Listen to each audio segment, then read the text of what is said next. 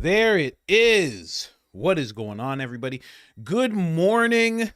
Got that prayer in, got that protein in, got the oatmeal, got the berries, got the hugs from the baby. That's the most special thing, hands down. I'm going to start waking this baby up earlier just so I can selfishly get hugs from the baby before I start this whole thing. Now, I guess you could say the only American bomb that dropped yesterday was Baron Coleman's episode. Boom, boom. That joke was written by Mark, ladies and gentlemen. Thank you very much, Mark. Thank you very much for that joke there. But yeah, we're gonna get into it. Baron Coleman. I would say this is one of his most important videos. That's what I would say. Very simple, but does expose a lot in the Tyler Robinson, Charlie Kirk case, quite a bit. The fact that he's not hired is absolutely crazy by the defense. I would expect some kind of offer coming his way from these people in the next little while. I would expect some kind of offer. Also, there's been more developments with the end of a civilization, as the president was saying. There was that whole thing, and we'll see what's going on, because it's not all good. It's not all good. He didn't do what he said he was going to do, which is fine in this case. A lot of the other things he said he was going to do and didn't do, it's disappointing. But in this case, it's very good. But bombs still fell. Stuff still happened to people. Greatest ally is just looking over at the president like, hey, bro, hey, there's missiles coming. What's going on here? Bunch of missiles. And he's like, I can't help you. I don't know. I made peace. I don't know. You have to figure that out. You should talk with Pakistan. Pakistan does wonderful work. They are. Blessed are the peacemakers, you know. You ever read that? It's in a book. I never touched that book, but I've heard good things. Anyway, we're going to get into that whole thing. There's actually some more developments in that I should make sure that I have ready. I'm just going to remind myself by setting the bookmarks as the first thing I see as we transition into that. Then a little bit about Kanye once again. And then a very odd thing was released by the agency. Very weird, this statement that they pulled out. But if you didn't know, if you have a heartbeat, the agency can find you. Okay? I can't wait to play that clip. That's a very odd one. But let's jump in.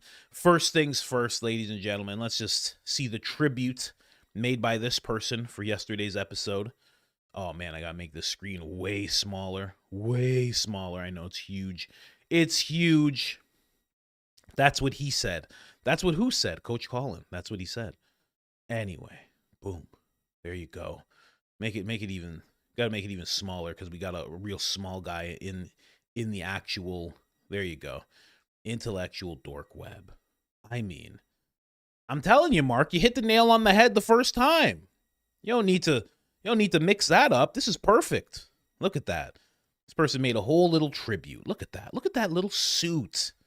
Oh, it's cute. That's cutie. This newborn size suit. So nice. Joe Rogan, Eric Weinstein, Jordan Peterson, Sam Dave Rubis. I love AI. Sam Dave Rubis. The AI was just like, put them into the same person. Who cares? Nobody cares about these guys anyway. But thank you for that tribute. Who made this? Kimberly Wood. Just want the meme. Thank you very much, Kimberly. Truly appreciated. Blessed are the meme makers as well as the peacemakers, ladies and gentlemen. But let's get into this whole thing. I gotta play some Fleet stuff. Honestly, I really gotta play some Fleet stuff. I haven't had a chance. I've been scrambling, packing suitcases. Gotta go to the hospital soon. We're gonna be there for 24 hours. It's gonna be a doozy. I'm not gonna sleep that night. I'm gonna be running around doing all sorts of wild stuff. So we've just been packing and stuff. Haven't had a chance to delve into anything. But there was no way that I was not going to talk about what Baron was talking about in his episode. So it turns out Blake, Andrew, Jack, Tyler, Erica, the gang, the pyrotechnic clique, the sparkler crew, the Turning Point establishment, the TPGOP, apparently, everything they've been saying about Tyler Robinson kind of falls apart in the face of what Baron's showing us. Not even kind of. Very much so. Now, they said they've seen the mountain of evidence, the wild, huge mountain of evidence that would just block out the sun if you were standing in the right direction of between the mountain of evidence and the sun. It would just block it out, you know? Turn wherever you're at into Alaska, like that type of stuff. I don't know. If they have access to any of this, maybe, allegedly, maybe, perhaps, being a little dishonest. Just saying, let's get into it. Have a few clips here. Baron, friend of the show.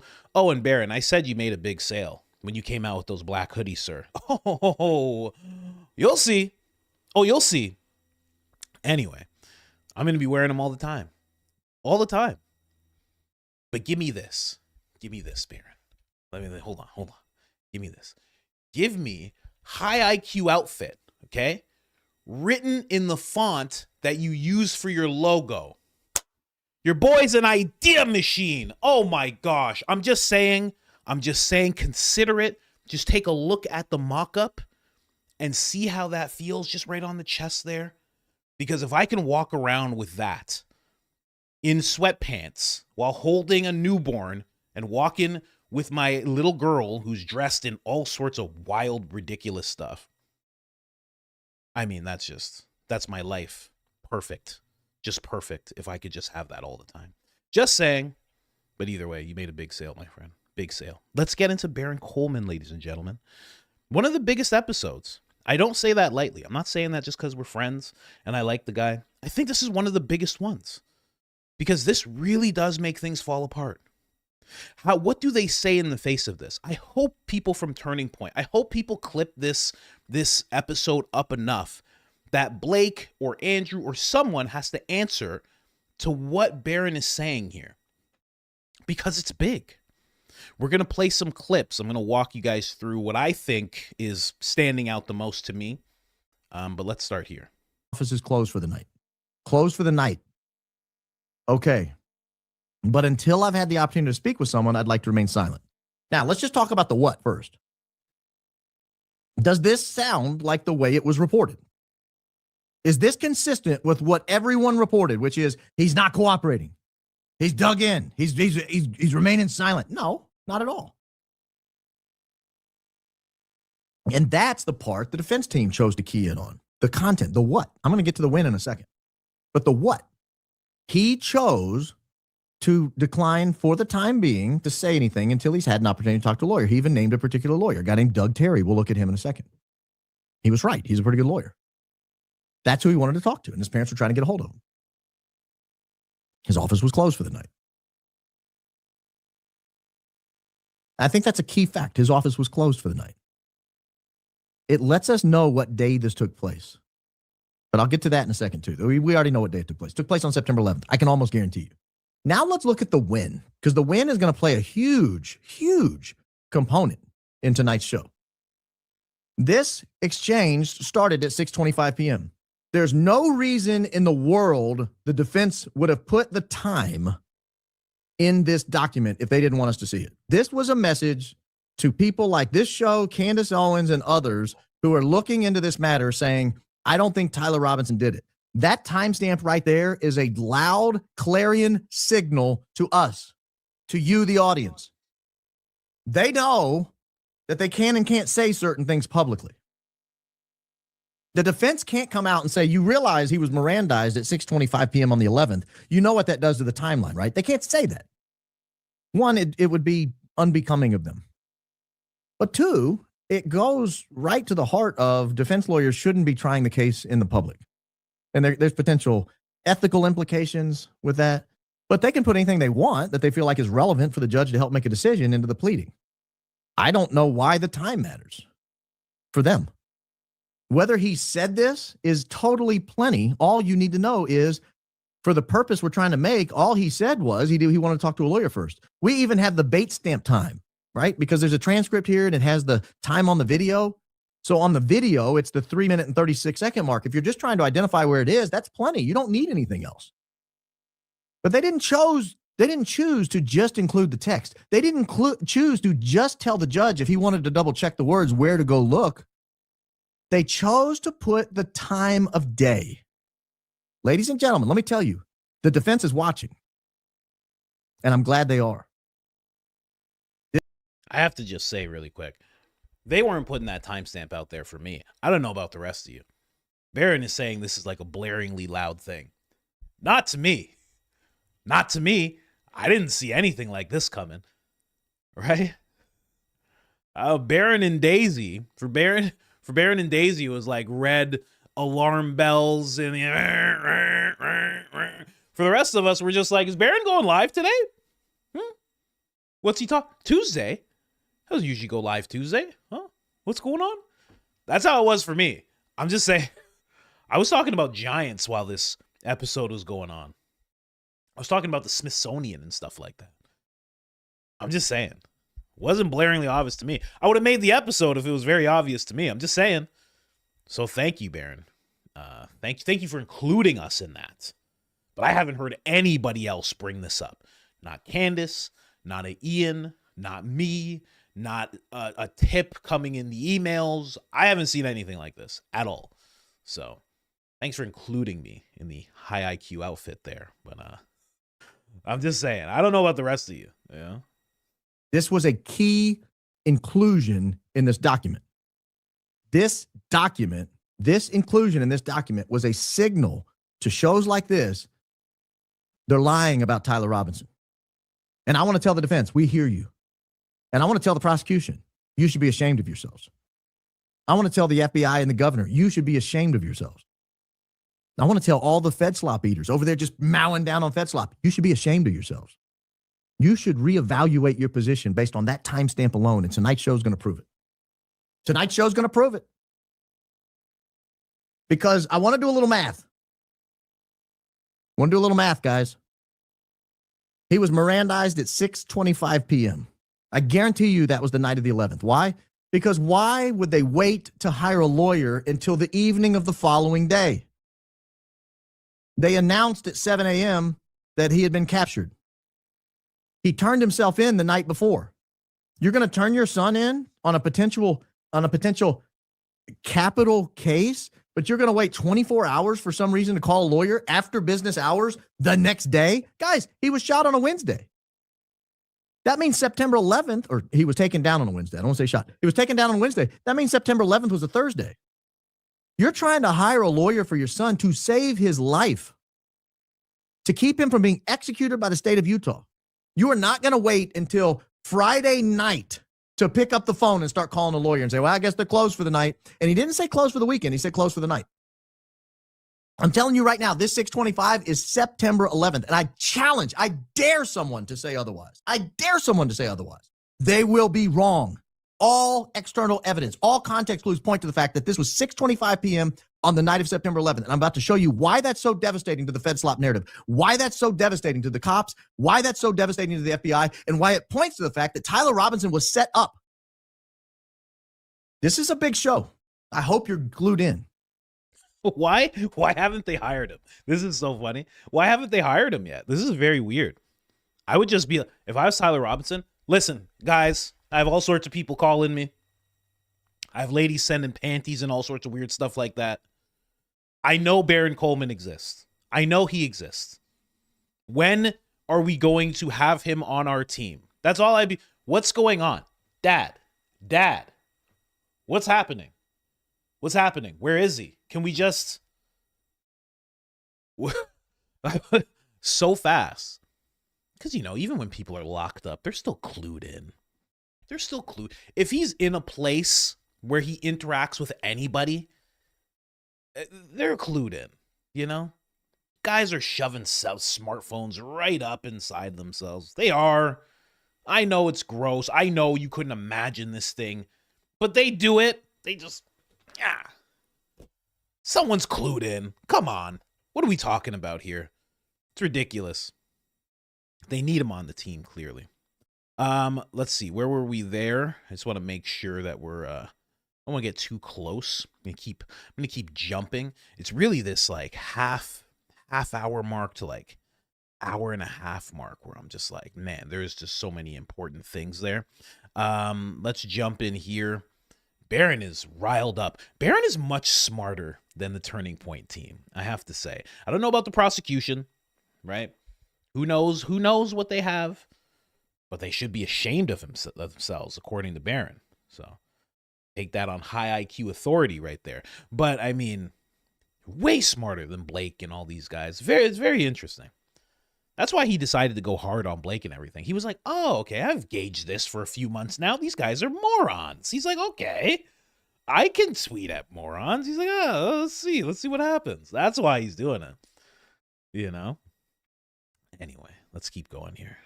Show you a bit of a press conference that I think is a flat out lie. And I think we're going to prove tonight it's a flat out lie. I don't know if it has anything to do with why this guy just resigned, but Sheriff Brooksby just resigned. We're not sure why, but this is Sheriff Brooksby, in my opinion, telling a flat out lie. In my opinion, I want you to listen to this timeline as he goes through what happened the night Tyler Robinson was initially taken into custody, the night of September 11th. Charlie Kirk was assassinated at UVU in the afternoon. About a 33-hour manhunt ensued. They're already planning the 33 hours. They're already planting the 33 hours. Remember, 33 hours would have been 9:30. 9:30, really 9:23. So they're already planting this 9:23 timeline in your head. Just listen. And I was winding down for the evening. And at exactly 8:02 on the 11th, I received a call from a friend of mine who happens to be a retired detective that worked for me for many years. I didn't put that out there initially. I wanted to protect that individual as much as possible. Unfortunately, in the court documents, which is standard, he was referenced as a retired Washington County deputy. So I didn't put that out there. It was in the court docs. I was trying to protect even that information and just saying retired law enforcement in general. So I get a call from my friend, and his said, "Hey, how you doing?" Good. And it's not, he's been retired a few years. We'll call each other. It's not unusual for me to get a call from him or vice versa. And at 8:02 p.m., he calls me. Hey, I can tell his voice is kind of shaky. So my first thought is, who died? Like who's he going to tell me that died? And then he sounds like he's kind of shaky himself as he's telling this story. He seems like he's kind of like a little bit like, okay, here it goes. Okay, I said the 33. I said that. Okay. Don't tell him that your friend used to work for the agency. Okay, don't tell him your friend's a spook. Okay, your friend's not a spook. Your friend's not a spook. Your friend's not a spook. Retired law enforcement and Washington County sheriff. Your friend's not a spook. Your friend's not a secret spook. He's not. Just don't say that part. Seems a little shaky himself. Then he goes and resigns. He's like, I'm done. He's like, how much more of this can go on? This case is going to go on for like another year. I can't do this anymore. I can't be called up anymore. I'm done. I did my part. I said 33. I said it. I'm done after this. That's why he resigned. I think. My opinion. Baron keeps saying that, so I'll say it too. My opinion. My opinion. That's all. Anyway. And then I couldn't fathom what actually came out of his mouth. So he said, "Hey, I know who Charlie Kirk shooter is. I know the family through religious association, and he's in Washington County now, and we're working on trying to get him to come in voluntarily." During that phone call, some information was provided about Tyler potentially having some suicidal ideations, was en route to a remote area of Washington County. The parents convinced him not to do that, and conveyed that they would stand by him and help him surrender peacefully.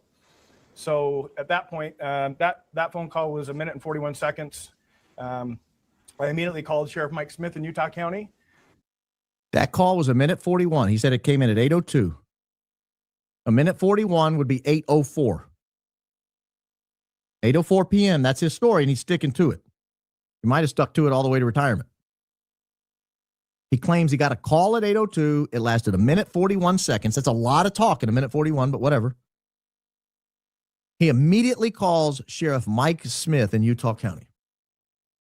If only we could verify whether or not he made that call. Well, we can. We know for a fact he did not make that call at 8:04. I guarantee you he didn't make that call at 8:04. Why? Here is a release from the Federal Bureau of Investigation. Director Patel's remarks at the September 12, 2025 press conference on the Utah Valley University shooting. If you slide down, we find out that this press conference, hold please. Where'd it go? It's saying it's fine. Oh, there it is. The governor led a press conference last night at approximately 8 p.m.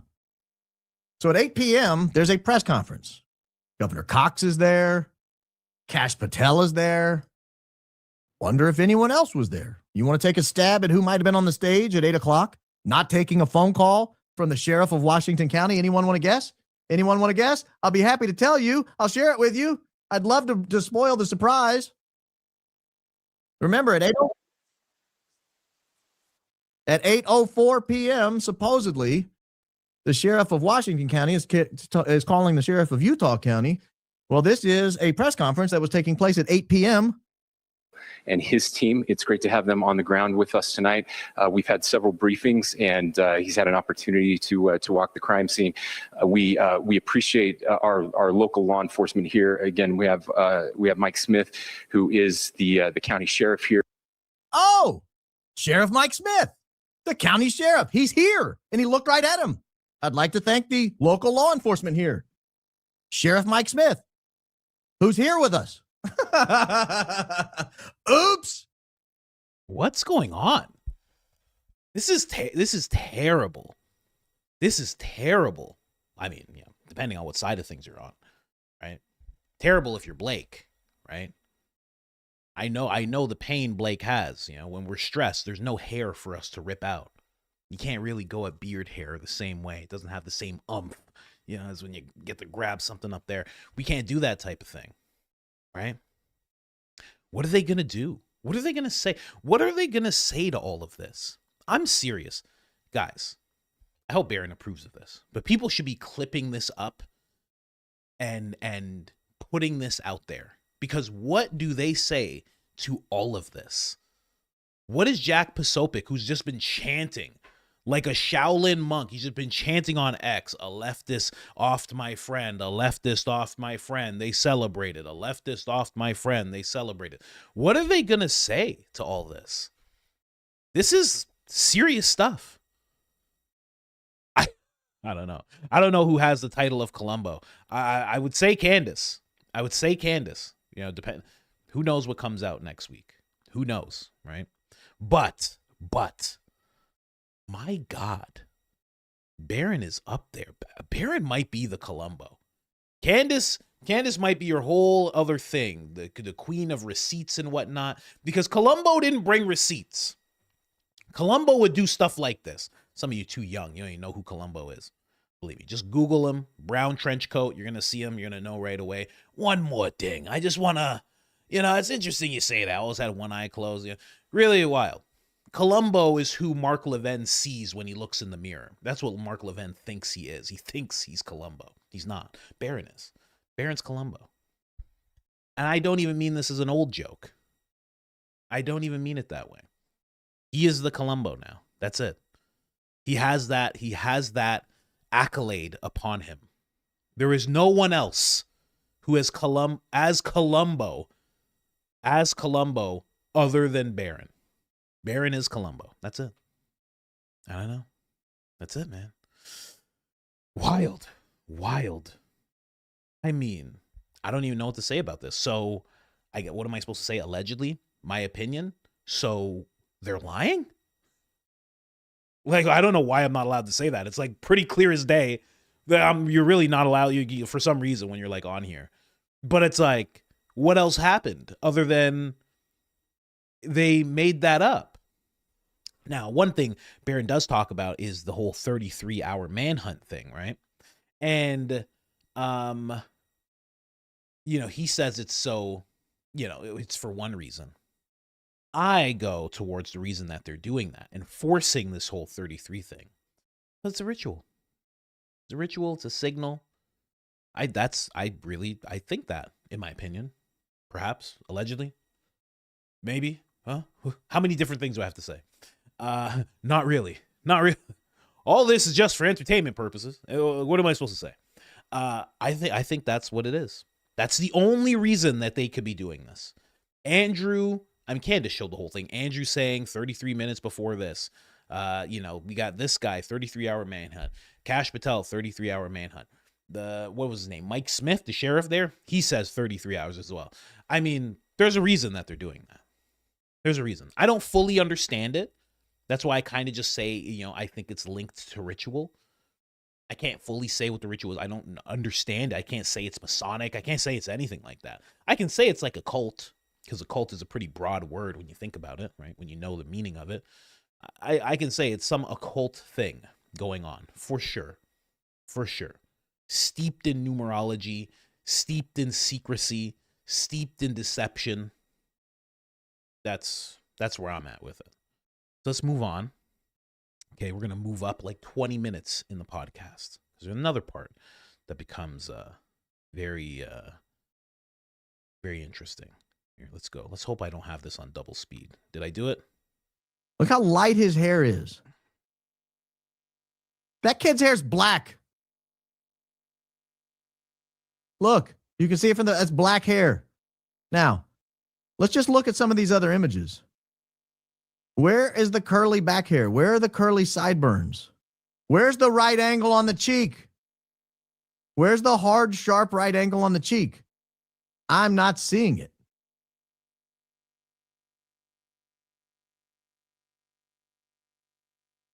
It just doesn't look like the same guy to me. But I don't want to get caught up on this. I want to stay on the timeline. Because Cash says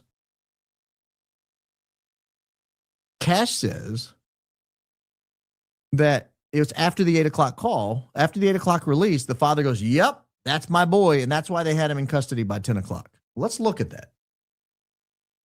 Let's look at what Sheriff Brooks says, or Brooksby. Let's look at what Sheriff Brooksby has to say, because we've got another clip from him. I think it's the same press conference, but it's a little further into the thing. I appreciate the fair use rights here that YouTube allows. So essentially, we weren't the lead agency. Basically, it was about a 2.5 hour waiting in a room, not communicating with the suspect. 2.5 hours waiting in the room, not communicating with the suspect. That's going to come into play. Just hold that thought in your head. They waited 2.5 hours for the feds to arrive. Our job was not to interview. Our job was just to get him here. I just have to interrupt and say, I've never seen anything like this on YouTube before. I've never seen this before. You've seen what I do before. You've seen The Daily Show, except I'm actually funny. It's a small difference, but it's also like a little big difference. I'm not corny like Trevor Noah. I'm not deceitful like Jon Stewart. But you've seen something along these lines before. You've seen a funny person before. I've never seen anything like this on YouTube. Have you ever seen anything like this? Where somebody is breaking down these things and hold on a second and it's a real thing going on. I know Candace does this. I just feel like this is a little different. Not trying to like compare and like make people butt heads and decide who's who and what's what. But I've just never seen anything like this before. It's very, very interesting. I love it. I'm just saying, I love it. I love it. I can't wait till he does this with something else. There's going to be another thing that's going to happen, and he's going to do it with that. Eventually, what's going to happen is that prosecutors are going to contact him or defenses are going to contact him. That's what's going to happen. It's going to happen. I would say at least by the end of 2027, we're going to have that happen in some way. Maybe it'll be this case. Maybe it'll be another case. We're going to have something. I'm not just saying this because I'm his friend. I'm not just saying that. I'm telling you. This is wild to just watch in real time. Okay. So after about 2.5 hours, we ended up getting federal agents and state agents in, and some of my detectives were asked to go out into the community and secure 2 locations. So the parents' home. So 2.5 hours for state and federal authorities to come down. Well, that makes sense. Have you seen where Washington County is on a map?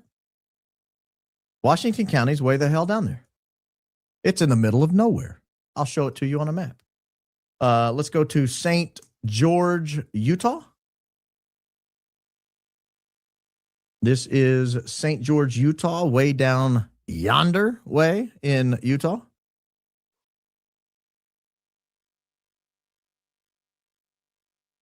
This is St. George down here on the Arizona border. And Salt Lake City is all the way up there. So they had to get a state and federal person to come all the way down there. Now let's do some directions here. Let's do, y'all don't look at that. Stop looking. I'll edit it out in post. Y'all didn't see anything. Let me go the Washington County Sheriff's Office. Let me pull it up that way. That's a lot easier. Washington County Sheriff's Office in Hurricane, Utah. Here we go. Now I want to do a direction. What was that? Someone tell me what that was, because I didn't catch it live. What was that? Just, don't make a big deal out of it, but just tell me what that was. What popped up? Was it a risque image? Was it an address that wasn't supposed to be shown? Someone tell me what that was. I'm very, very interested in what that was. I'm very nosy, as you can tell, as I cover all these different things. Someone tell me what that was. Anyway, let's keep going. From the Salt Lake City, the Utah SBI, State Bureau of Investigation. Oh my gosh, really? Jeez, Baron, what's the matter with you? God, wow, what a guy. Can't do that. That is one of those Baron slip-ups. That is a slip-up for the ages. Don't do that. Don't do that. Now if Turning Point ever comes at you, they can just be like, well, you know what happened? Didn't have anything to do with us. Had nothing to do with us. I don't know. There was that one time. Oh, watch out. That's my impression of them, because they're mopes. Anyway, let's keep going.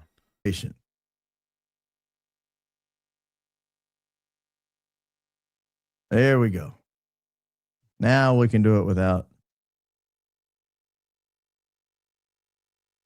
things on here. All right, let's just go to Salt Lake City. It's too far. Not too far. It's just Baron. What? I have the page pulled up for you. Oh, okay. Where is it? It's on the screen. Okay. Oh, there it is, right there. Sorry, thank you. But I think he might have been stationed in Utah County at the time.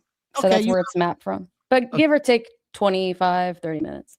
Yeah. So what does it say there? I can't see. Is it 3.5 hours? 3 hours? Yeah. So this has I mapped it that day at 8 p.m. the earliest. Yeah. And it says 3 hours, 10 minutes to 4 hours. Everyone estimates 3.5 hours. Fair enough. So yeah. So 3+ hours. Thank you for that. Thank you. 3+ hours to get from Utah County to Washington County. 2+ hours. Excuse me, 3+ hours. And he says 2.5. That's awfully quick.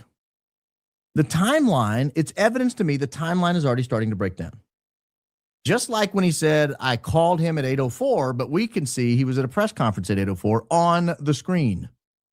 On the screen. We've seen evidence of him at a press conference at that time. So it's already breaking down. Why is it so important that the timeline is breaking down? Well, because we have a leaked document that gives us a lot of information. And I want to thank Steven Crowder from Louder with Crowder. Some way he's able to always get these broken documents here. Yeah, there's something to that, the way he's always able to get those documents.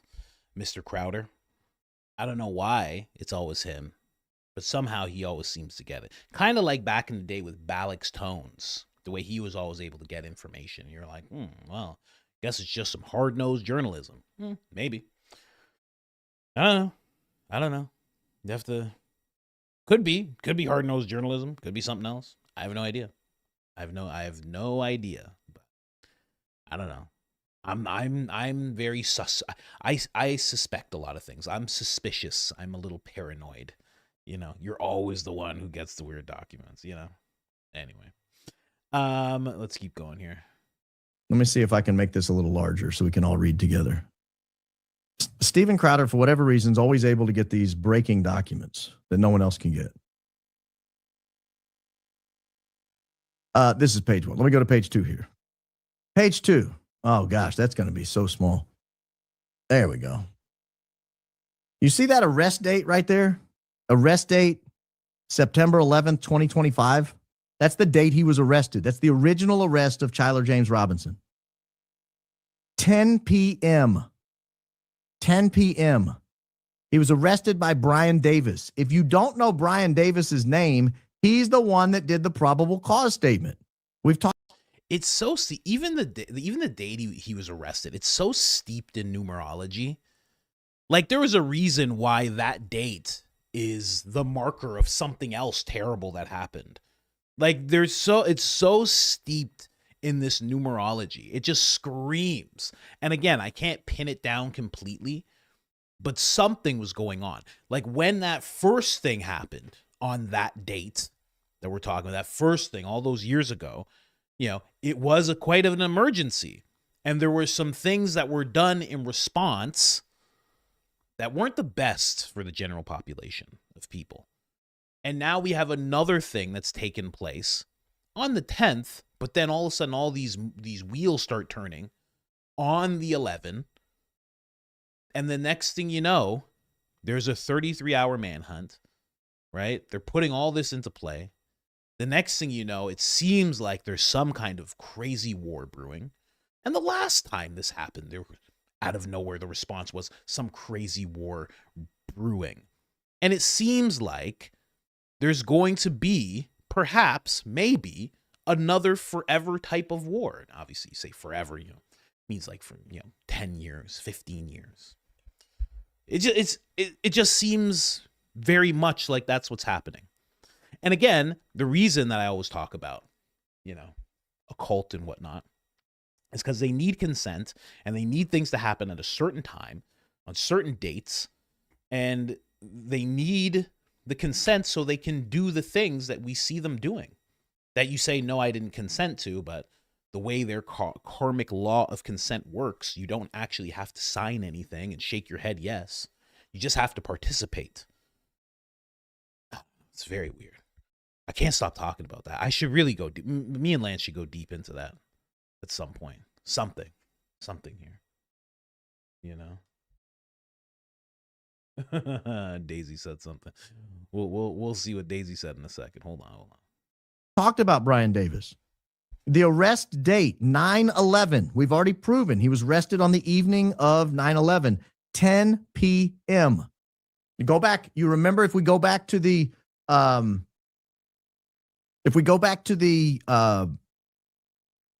motion we were looking at earlier, it said on the evening he was arrested, he was Mirandized, and they gave us that 625. This is the defense team basically saying, Baron, Candace, others, we can't communicate with you directly, but I can put seeds inside this motion that you will find because we know you're smart. We know this is a high IQ outfit. We know you guys have high IQ listeners, high IQ viewers, and they'll help point you to this stuff. And they did.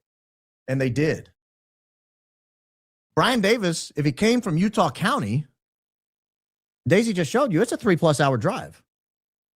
If he shows up at 10 o'clock, that means he left Utah County before 7 o'clock. Probably around 6:30. A 3.5 hour drive. Otherwise, how does he get to Utah County? I mean, how does he get to Washington County by 10 o'clock? He's arrested at 10 o'clock by the Utah County guy, Brian Davis. If he didn't turn himself in until after 8 o'clock, guess what wouldn't have happened? Utah County wouldn't have known to dispatch anybody to Washington County. They didn't know where he was. Guys, he was Mirandized at 6:25. That timeline is perfect. That timeline is perfect. And what that means is Sheriff Bixby lied to your face. He lied to your face. Cash Patel lied to your face, in my opinion. Both of them, in my opinion. They lied to your face, which is why they didn't want that document leaking out. Thank you, Stephen Crowder, for getting it out. That's crazy.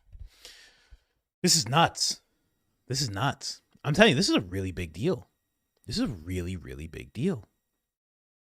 Really big deal. I don't know, man. I don't know. I really don't even know what to say.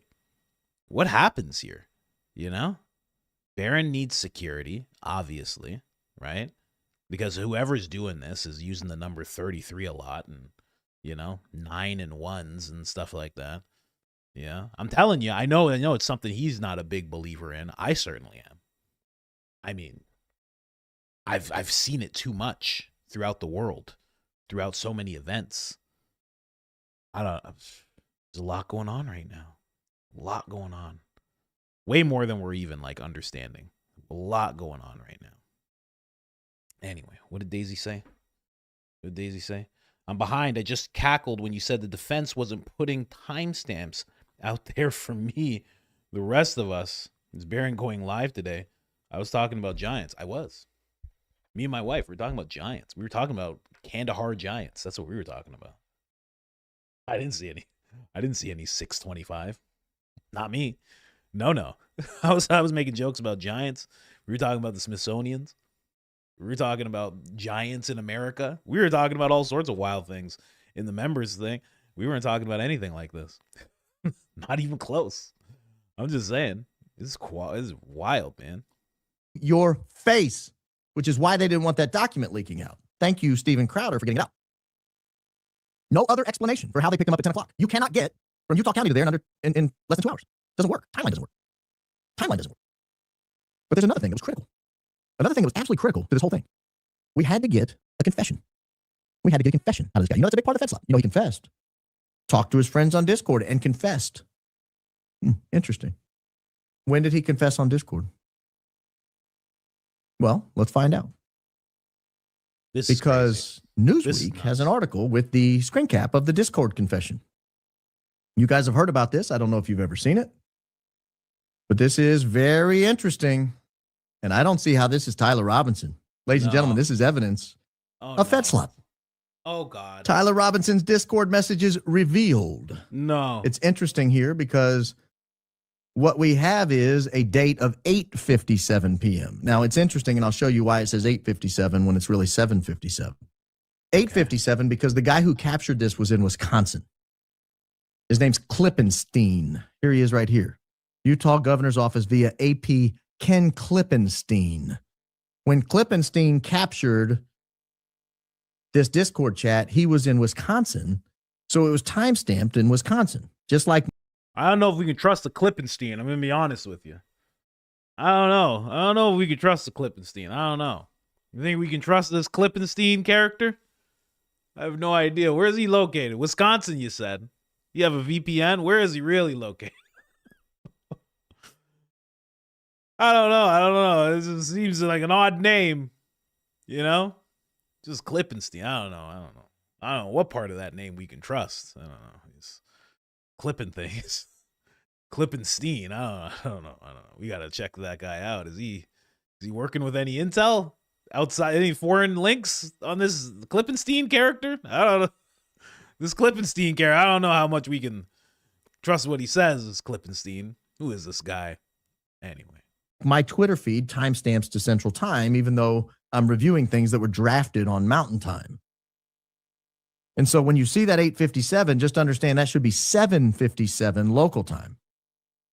Hey guys, I have bad news for you all. It was me at UVU yesterday. I'm sorry for all this. I'm surrendering through a sheriff friend in a few moments. Oh, like 8:02 when Brooksby said you did? Liar, in my opinion. Thanks for all the good times and laughs. You've all been amazing. Thank you all for everything. What? Bro,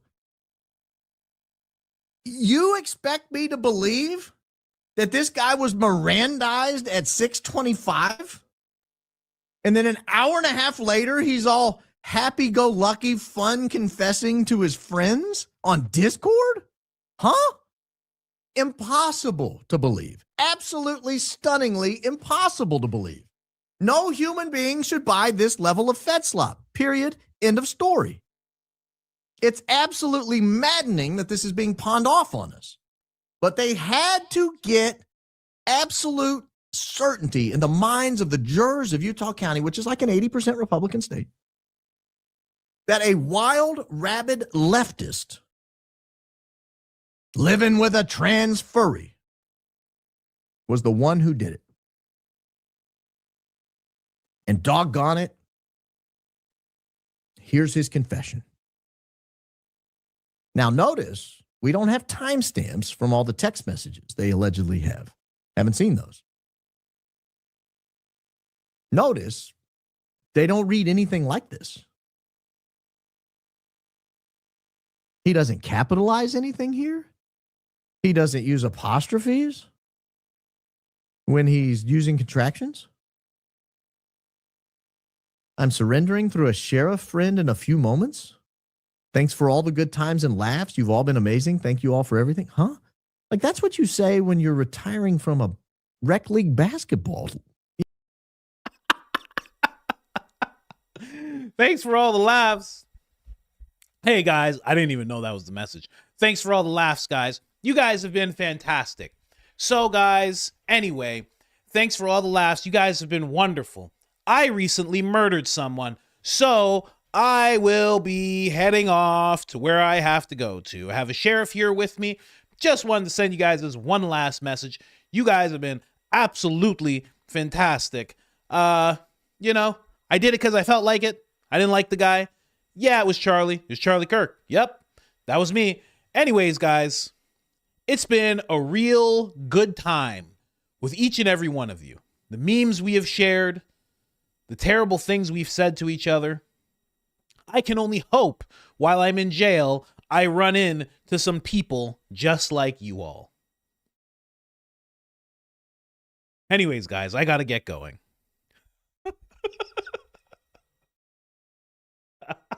It is crazy. That level of Fed slop, you have to dilute that level of Fed slop with some trust the plan. You have to sprinkle some 5D chess on that Fed slop and swirl it all around. You have to put a little bit of water from Flint, Michigan. Pour that water in. East Palestine water, even thicker water. Pour that in a little bit. Stir that around. You can't just have that Fed slop just straight like that. That's like apple cider vinegar. That's like drinking a cup of apple cider vinegar undiluted. You can't do that. You shouldn't do that. It's bad for your system. Don't do that, guys. I'm telling you. Anyway. Thanks for all the laughs, guys. Yeah. No, I got on the roof and I aimed and I took a guy out. Yep. Oh, yeah, Charlie. You guys have heard of him. Okay. So just wanted to say, guys, it's been a great time. It's been a great time. Can't wait to talk to you all later. Somebody was telling me that I can hoop things. I can get them right up inside me, and possibly I could do that with a smartphone. If I can, I will message you guys soon because I love you guys so much. But otherwise, I'm going to be a little silent for a while. Thanks for all the laughs. Don't try and contact me in there. I have to get my jail face on.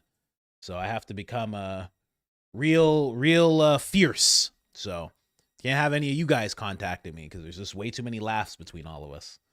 Just wanted to let everybody know. 33-hour manhunt. They were excellent in the way they captured me. Anyways, guys, really got to get going. Got my hands behind my back as we speak. You know, like, hey guys, I've enjoyed doing fantasy football with you guys. I'm not going to do it this year. Thanks for all the laughs. We had a good time. Thanks for everything. But you cannot convince me that at 7:57 p.m. this guy had a phone in his hand. Nope. I'm not buying it. You can't convince me at 7:57 while the Washington County Sheriff believes they have a stone cold assassin in their custody that they let him access a computer. Nope, not buying it. So what's going on, man? Is this done? Did he just break the whole case? Is this it? Is this going to be on the news? Are you guys watching X? Yeah, you got to get your jail face on. Tyler's sitting there. Stay back, Ma. Stay back, MFers. And get your jail face on. So is this done? Is this how this works? Is this on X? Is it over?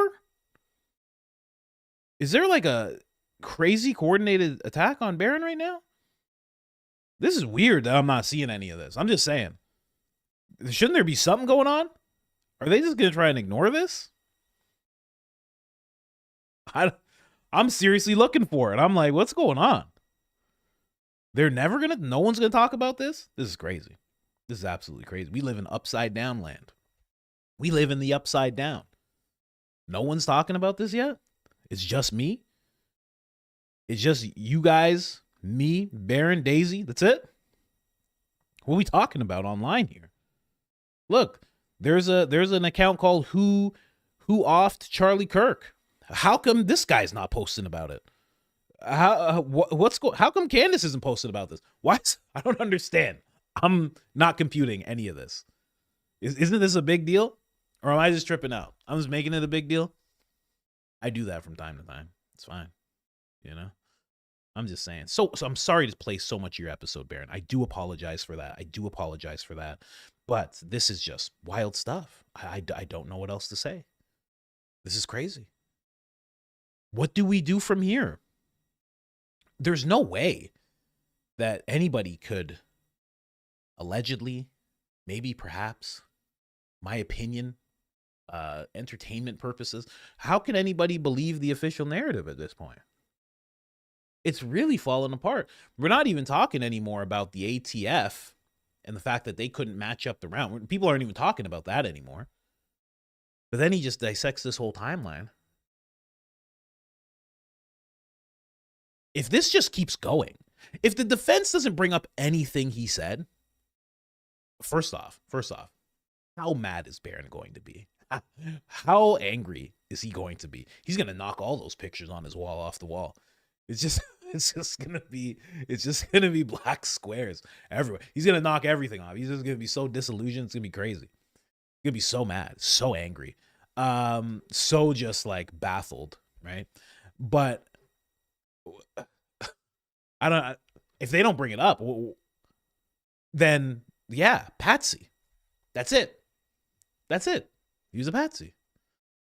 Man, every time this has happened, they never had people doing stuff like this.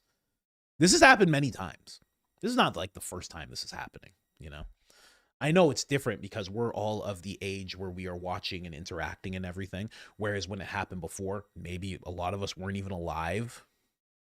Maybe time after that, we were very young. We weren't clued in. We didn't have access to this technology, this connectivity that we have. This is not the first time this has happened, that they've done this to someone.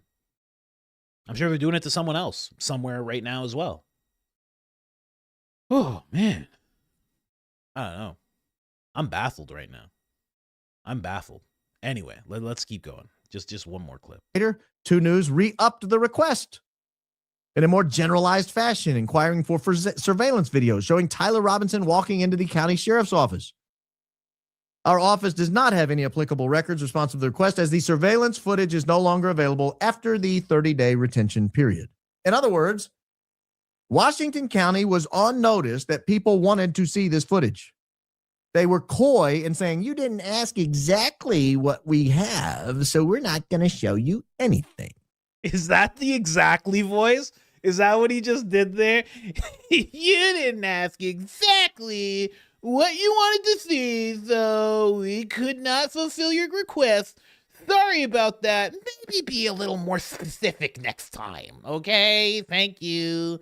Is that what he was doing just now? Good for him. Let that voice spread. You asked for footage over there, and we only have footage over here, so you've got to ask a different way. That's like making your kid say please before you give him another pizza roll. Dad, I I ate my 3 pizza rolls. May I have another? Son, what's the magic word? Oh, Dad, may I please have another pizza roll? Oh, yes, little Jimmy. Here you go. Here's your pizza roll. News 2's calling. They'd like to see the footage of Tyler Robinson in the holding cell. Well, we don't have to release the holding cell footage. Well, they also wanted to see him entering the holding or jail area. Guess what? We don't have it because he was never on that side of the office. Quick, delete it. They asked the wrong question.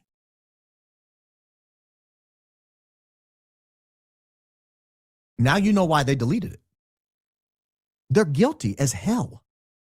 Guys, these guys are guilty. I'm sorry, that's my opinion. But come on. Now, if they'll lie to you about this, what else will they lie to you about? What about the text messages? What about the text messages? What about where the rifle was found? Huh? What about where the rifle was found? You know where the rifle was found? It was land that was owned by Palantir. You know that? Isn't that weird? It was. The land was owned by Palantir. Yeah, that's Peter Thiel's thing. The whole like mass surveillance thing. Really weird. That's a really weird part. Very, very weird part. So what does this mean? Does this mean that he just did this? And does this mean that... So the timeline's off. The timeline is disintegrating, you know, which means that the Discord messages are not making any sense anymore. He didn't write them. That's insane, right? Now the text messages don't match up to the... So it's like he either did write the Discord messages, right? And then you're taking that way that he wrote, and now you compare it to the text messages. So now the text messages disintegrate. So that's supposed to be one of the big confessions that everybody points at, right? Because that's the one everybody can actually see, because nobody's seen or heard the one between him and his dad. That doesn't exist really, other than people saying it. So the text messages disintegrate. Then the timeline of the Discord and him writing those messages, now that disintegrates. Did he say anything? And then when he's asked, and I don't know if I played this part, but then when he's asked about, you know, he says he wants to speak to a lawyer. He says, I don't want to speak until I have an attorney present. So now he's like doing things that are not quite like a guilty guy who turned himself in. Because usually if you're guilty, you're cooperating. If you're turning yourself in, you're cooperating. If you're cooperating, you're going to be cooperative. Maybe you still want an attorney. But sometimes when people do that, they're just like, I can just tell you because I'm trying to be as cooperative as possible because I don't want this to end in the penalty, the D penalty. I don't want that to happen. So I'm going to be as forthcoming as I can, and that's what you guys are going to have on record. And hopefully that speaks to the judge's sensibility, and they don't do that to me. And they just put me in jail for life. No parole, or maybe possibility of parole. I don't know. So what does this mean? What actually happened? Then they don't have the footage of him coming in with the guy, Mike Mitchell. Is it supposed to be his name? The Washington guy? That was Candace was saying, right? So they don't have that guy. Mike Edwards Mitchell is his name. So they don't have that footage. They don't truly, like, I guess, you know, in my opinion, I don't know, don't have text messages really. They don't really have the thing with the dad. All of this is falling apart. I don't understand. When Erica said that she saw everything, did she just not? And she's just saying she has? Is that what Jack's doing? Is that what Andrew's doing?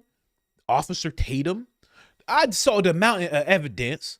We have everything. And by we, I mean them. But I said we. We have this mountain of evidence, and y'all gonna feel so stupid when y'all see this whole mountain of evidence that we had. This mountain of evidence so big, I couldn't even climb it. I looked at my mama. I said, Mama, I'm going to try and climb this mountain of evidence. And she said, Lord, no, don't you climb that mountain of evidence. That's too high. I said, Mama, I know it's too high. I'm playing. I can't climb up that mountain of evidence. Such an insulting impression. It's so funny when you guys say it's on point. It's the most disrespectful impression I do. It is the most disrespectful one I do. Thank you for enjoying it. But what does this mean? Like, see, this is why I still have the paperwork too. This is why I wanted to do an episode or a breakdown or maybe a series. I don't know. But about how it seems like there's some Mortal Kombat Ultra involved. That's to me what that seems like. How did you get him? He's in there. I don't know. It's really baffling to me. I'm going to play one more thing. I'm very sorry, Baron. One more thing. I am so repulsed by our federal government right now. I am so repulsed by our federal government right now. This whole idea of a 33-hour manhunt was so that they could manufacture evidence against a patsy.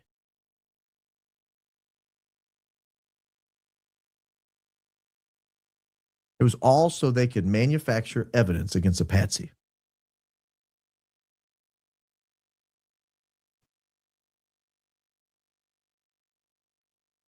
Let me show you one more quick item here. This is a timeline that we've put together here for you. So you can kind of see it all laid out in one screen. That way, if you want to screen cap it or you want to whatever, you'll be able to see it here. This is from Utah time, the moment of the Big Bang, 12:23. You get the FBI assets on the scene just 16 minutes later. Weird, huh? Weird that FBI agents were on the scene within 16 minutes. 5:40, they find a weapon near the Losi Center. Then you've got the 7 a.m. press conference with Bo Mason that says they found a high-powered rifle. You got the first set of FBI photos released. This is on September 11th. The FBI announces the $100,000 prize. That's 10:44 a.m. 5 p.m. That prize, that's a very interesting thing that they did there, because you know what that does? That makes, like, there's all these weird holes in this whole thing, allegedly, right? But that makes a bunch of people really invested in finding the guy and whoever they're finding or trying to find being guilty. That makes a lot of people, potentially millions of people, heavily invested in the idea that someone is guilty, other than, you know, the weird, I don't know, the upper people, the foreign ties, the intel types, right? That's an interesting thing to do, because that's how you sway public opinion without even like really swaying it. You just say, hey, we'll give you a prize if you can find a person, if there's anything leading to this arrest. So then everybody starts looking, and they're very invested in someone being guilty. You know, the idea is put into the zeitgeist that there is someone, not us, nothing to do with us and our weird timeline and everything, has nothing to do with us, has everything to do with whoever you guys find. Help us find somebody. Cash and his deputy stroll onto the scene, baby. Cash is here. The country sensation is not. She is on tour. But Cash Money Patel is in the house. Utah, watch out. Hand me a ladies' medium jacket, please. That was very disrespectful. Ladies' medium jacket, please. That is very disrespectful to director Honeypot. Sorry, I meant Putel. Cash Winnie Putel. I didn't mean to call him Honeypot. That's a nickname that we just have between us. That's just what some people call him for no other reason than he likes a good pot of honey, but not like that type of thing. Because he has a girlfriend. She's completely loyal to America. Only America. Just so you know. Just saying. 5:01 p.m. This is interesting. I didn't play this, but this was something noted by our friend that sent this tip. Erin Burnett at 5 p.m. She's a CNN reporter or CNN host. She breaks in to the opening of her program that started at 5 p.m. and said there's rapid developments in the Charlie Kirk case. Which is interesting to me because really nothing else was going on. Unless you knew Tyler Robinson was about to turn himself in. She's a propagandist. She's a major propagandist. She's involved in everything allegedly that happens fake with CNN. You can look her up. You can look her up and see multiple things, whether she's on foreign land or domestic, whatever. She's the worst. Worse than Anderson Cooper. Worse than Don Lemon. Worse than Chris Cuomo. She is hands down the worst. Allegedly. I mean, who knows? I could just be jealous of her because I want to work at CNN so bad, you know? And I would suggest to you that if you listen carefully to what Sheriff Bixby had to say, it makes sense that Tyler Robinson was on the radar here at 5:01 p.m. Oh, all right, I gotta stop. I just don't want to play too much of it. I'm sorry. I'm sorry, Baron, if you didn't like that. I'm sorry. But it's just so crazy. There's just no way I wasn't going to. I mean, it's just too crazy. Right? And then you see, as Baron's live, and he's talking about all this, we see Jack Posobiec tweeting out, for those who didn't know, Tyler Robinson's interview with law enforcement is on video according to court records. So he just keeps putting this stuff out there. I don't know. What does he say to all this? I really want to know what he himself says to all of this. All the things that he's been saying. All the stuff that he's been putting out there time and time again when it comes to Tyler Robinson. What does he say to all this? I'm really, really curious to what these guys have to say. I know what Blake's going to say. Blake's going to be like, you're crazy. Baron, you're just basically on a subway just with a bottle of your own urine and you're spraying it on people. You're a nutty, nutty person. That's all he's going to say to Baron. He's not going to say anything, no revelations coming from Blake, just marching orders coming from Blake. But I mean, I'm just looking for like more stuff that he said. He said so much about Tyler Robinson. You can actually search it up for those that don't know. He just keeps going on and on about Tyler Robinson and the official narrative and how it's so solid, how it's so ironclad. Now with all this war stuff coming up, he's had to slow down a little bit. That for those you don't know, that's the Aaron lady that he's talking about. I'm telling you, go look her up. She's the worst. She is the worst, hands down. He also said this, of course, because he's always with the official narrative. World War III canceled. WW3 canceled. Oh, well, we'll see. We'll see. I mean, you got to remember, as you have these deals, I talked about this before, as you have these deals pop up, there's always someone in the background that's getting real pissed. So it's canceled for now. Thank God. But, even right now, he's doing who's doing this podcast? All the updates on both things. I don't know if this is his podcast or what, but he's been doing podcasts about it, talking about the defense all the time. I just really want to know what these guys have to say to all this. I can't wait to hear it. That's the clip, Lance. I know that was a long clip, but still, Again, didn't want to go into the whole thing. But then Baron also showed this. Right? Solid catch here too. So this is just to zoom in. Let me move this. So you see these 3 cars here, right? Then when you go to him there, you can see the same cars there, right? Then you also see when he jumps off the roof, there's that white car that was also following the Dodge Challenger as well. Just a bunch of weird stuff, man. Weird stuff around this whole thing. I think he's gonna solve it.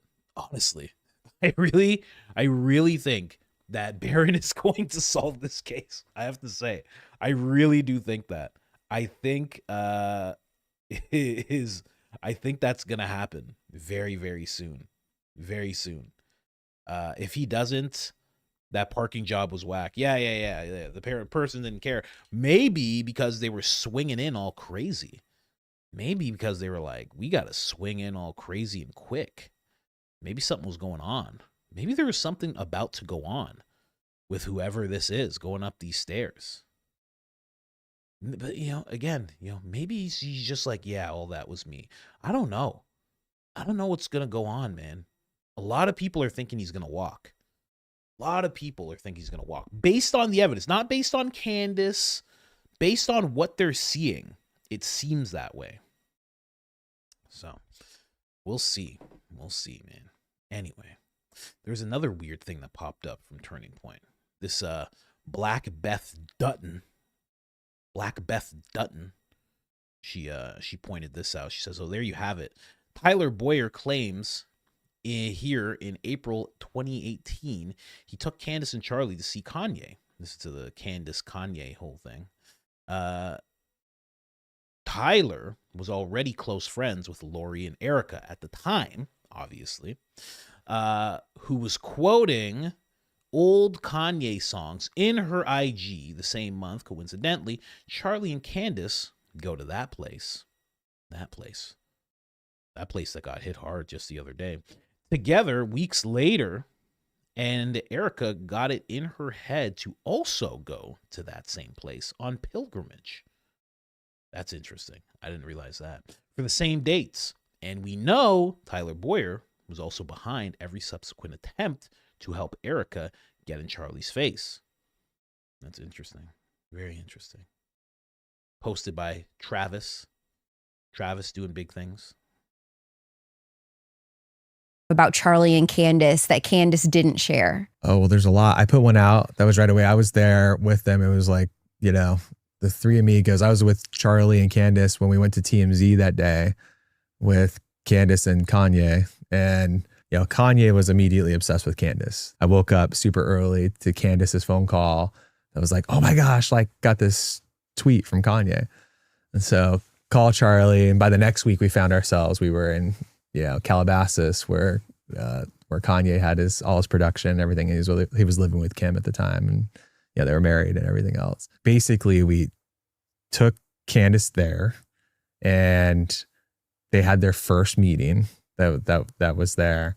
And Candace had mentioned that she loved Chick-fil-A. And in the conversation, there was the conversation about she liked it with, I think it was honey mustard or whatever it was. I don't know. I can't remember. And we had also talked about liking chicken minis. And so he had shown up the next morning with he had driven through Chick-fil-A's drive-thru by himself. Oh my gosh. And had bought 1,000 chicken minis, but had put mustard on them. It was just for Candace? Yeah, just for Candace. But he had totally fumbled that. But there was all these inedible chicken minis that had honey mustard or mustard or whatever. It was all over them. And I was like, wow, that's true love from the very beginning. And was Kim there when you guys had this meeting? They met at Kanye's house at some point with that, which was kind of again, this was, before everything, everyone had come out. And I just remember how excited Charlie was because, Kanye had brought all these Yeezys and everything else. And so I had given Charlie some very particular Yeezys. And so Charlie had worn those around for a long time after that. This is just one of many, Charlie being there stories, but he was there the whole time, to support and love on, the direction things were going with Candace. Weird stuff there. So Tyler definitely knew Erica for a very long time. You're not doing stuff like this around Erica and whatnot. And you don't know this person. I just met her. Just met her and only known her for a year or two. They're family friends. Clearly family friends. And obviously Lori has a lot of deep ties to different families and whatnot, as everybody knows. So interesting. And then Tyler also has something to do with the whole Kanye thing and Erica thing. Based on this, in my opinion, that's what you say? Allegedly, maybe, perhaps, in my opinion, entertainment only. Then he has something to do with this whole thing where they drive a wedge in between Kanye and Candace, which then makes Charlie and Candace look like liars. That's rooted on Candace mostly. And then from there, slowly, that's the beginning of the end of the Charlie and Candace saga. The fierce power couple barreling through all these debates and whatnot also he could get Charlie. And also Erica could get Charlie. And you know what that touches on as well? That little bit that it reminds me of is when Baron was talking about the intellectual dork web, as I did the episode on it yesterday. It's kind of the same thing. Like, they have to make sure there's someone around to keep you in check. Candace was not that person for Charlie. She was not keeping him in check, right? In fact, he looked at her like, wow, like he called her the Iron Lady. Like, you're the Iron Lady of this movement. You're incredible, this, that. So she wasn't keeping him in check. He was actually trying to fan her flame more than anything. So then they needed someone to step in and calm the whole thing down and get Charlie pointed towards where they thought he should be pointed. Weird stuff, man. Weird stuff. From Tyler to Charlie, it just seems like handlers, patsies, diversions, deceptions, everywhere. Just everywhere. I don't even know what to make of it, quite honestly. Baffling. Great episode, Baron. Absolutely incredible episode. 8,000 people in the chat, ladies and gentlemen. I know Black Poppy. I know Black nunca, nunca. No Black nunca, nunca. No Black nunca, nunca. I know Black Poppy. You know what? Do I have a dumb video to show you? I think I do. Hold on. Before we jump over to the dark topic of war and whatnot, let me see if I save this video. Yet another chronicle from the I Know Black Poppy Chronicles. Another installment, I should say. Who gave me this? Pretty Diggs. Thank you for shouting me out in this. Let's watch this really quick. Let's watch this really quick. This lady, she's spelling the gospel right here. She knows this is a real thing. This lady's telling you about it. Right? Here, check this out. This is going to be very loud. Instagram's very loud for some reason. To be black. I'm a Spanish black woman. And I know a lot of Spanish people that they'll be darker than me, but I'm not black. Yo no soy negro. Oh, yo no soy negro. Yo, negro. No, yo no soy negro. Negro. Yo no soy negro. Yo soy dominicano, yo soy puertorriqueño. Negro, yo. ¿Dónde tú ves negro aquí? So I understand who she is just because growing up in PR or just being around different type of people that have the complexion, but that are Spanish, they not like me. They don't say, oh, I'm a black Puerto Rican woman because my skin is black and I'm Puerto Rican. Growing up, any Spanish person that's in this room know all too well, when you growing up and you Spanish, you are not black, even if you are black.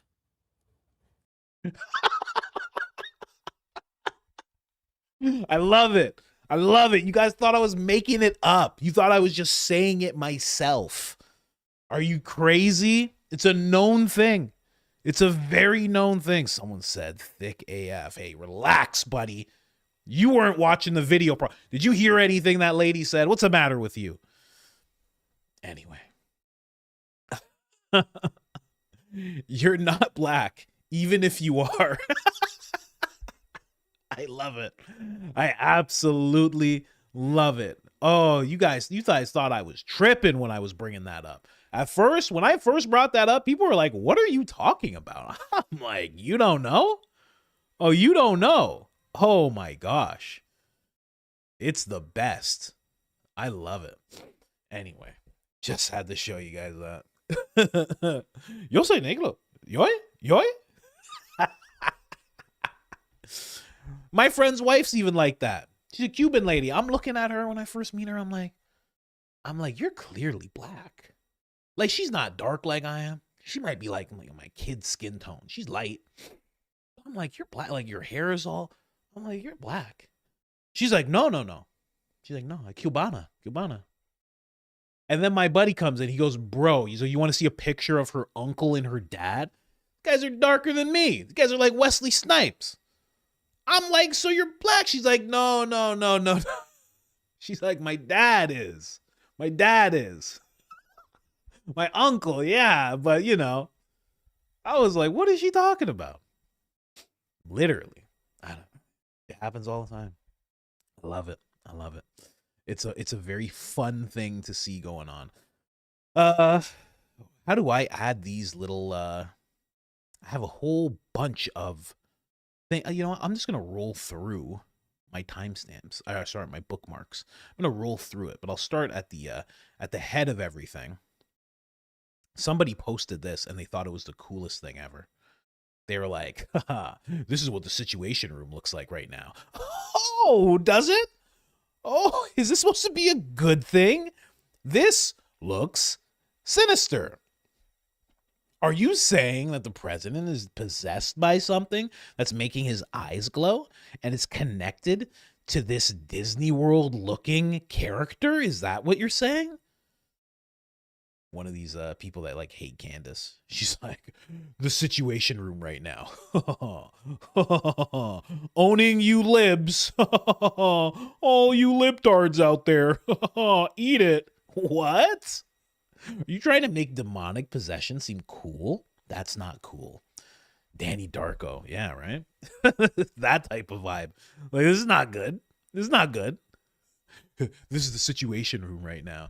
And it's just fire and brimstone, and there's demons, and they have pitchforks, and they're like, you're like, check it out, you libs.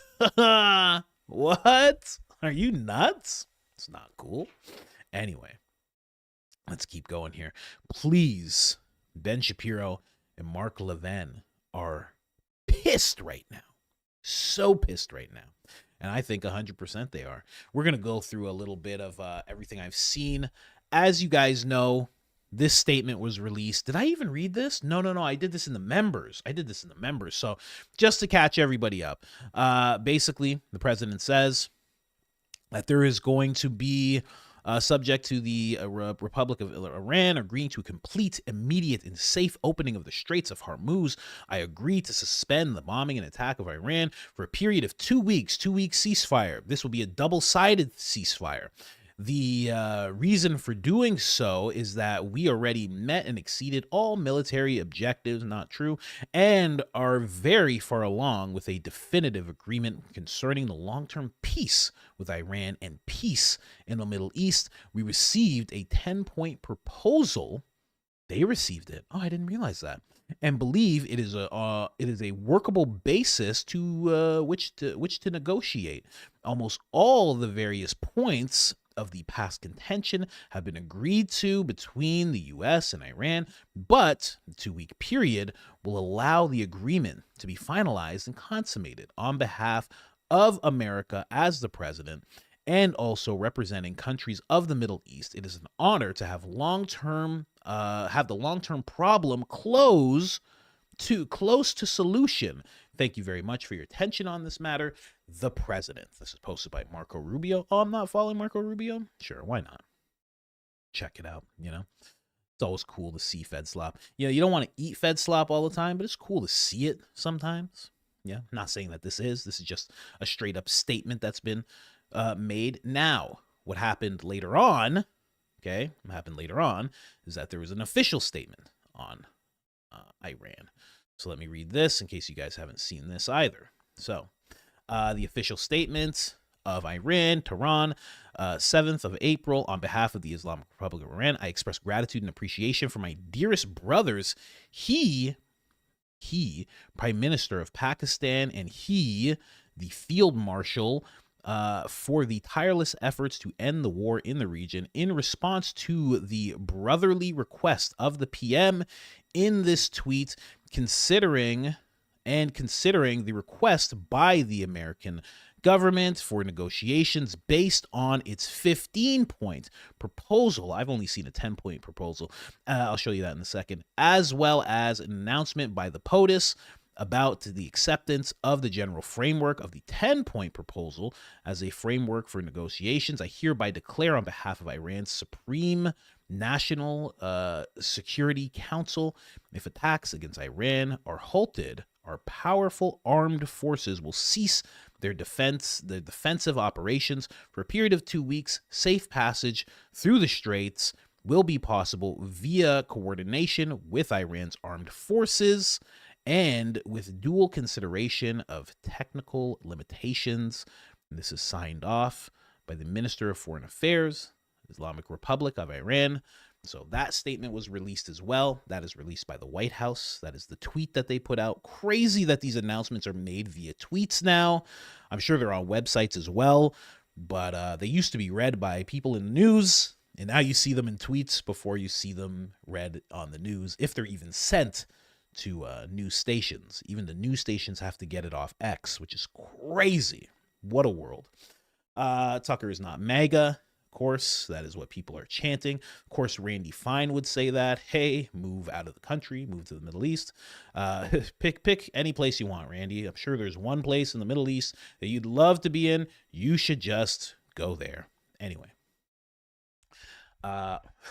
Mark Levin seems to be upset. Now, before I get to like a whole Mark Levin thing, let me just go through this. There's a lot of people who have sent me this. I'm going to talk about this in a second. I'm going to talk about this little video that people keep tagging me in.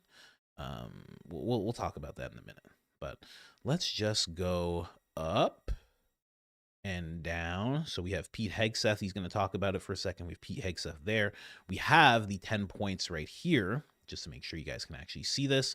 This is what the 10 points are. Permanent ceasefire, full sanctions relief, no future military attacks on Iran, Straits fully reopened, new Gulf shipping security framework, compensation / reconstruction support. You wouldn't really want that. You don't really want BlackRock rebuilding your country. That's not a situation you want to get into, honestly. Recognition of Iran's regional security role, limits on outside military pressure, protection of energy export routes, return to structured diplomatic negotiations. So those are the 10 points that they want. This will pump markets and cool oil, potentially saving the world from a global recession. Pretty cool. And then, of course, you have him walking, your job well done, right? That's what they're trying to show you here, is that he's been working hard. He even took his hat off, took his tie off. It's an old picture, by the way.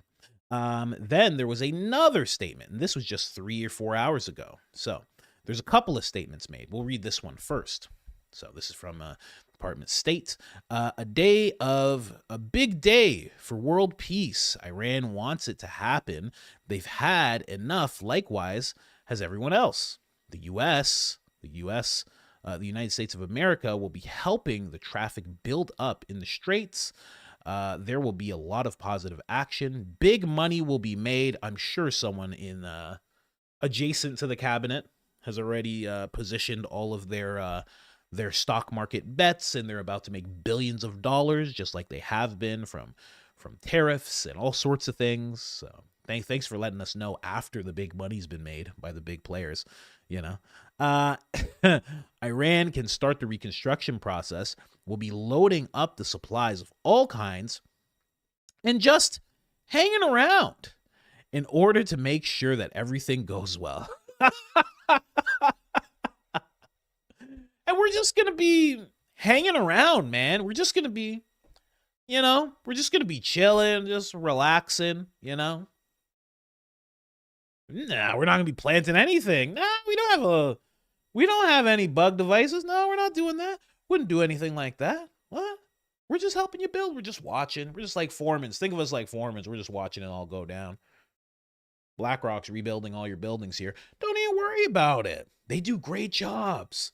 They're going to own you forever, but they do great job. Don't even worry about it. They're just rebuilding. Yeah, Larry Fink, he's great. Don't even worry about it. We're just hanging around. Don't feel like we're like the police. We're not like the police. We're just hanging around. We're just chilling.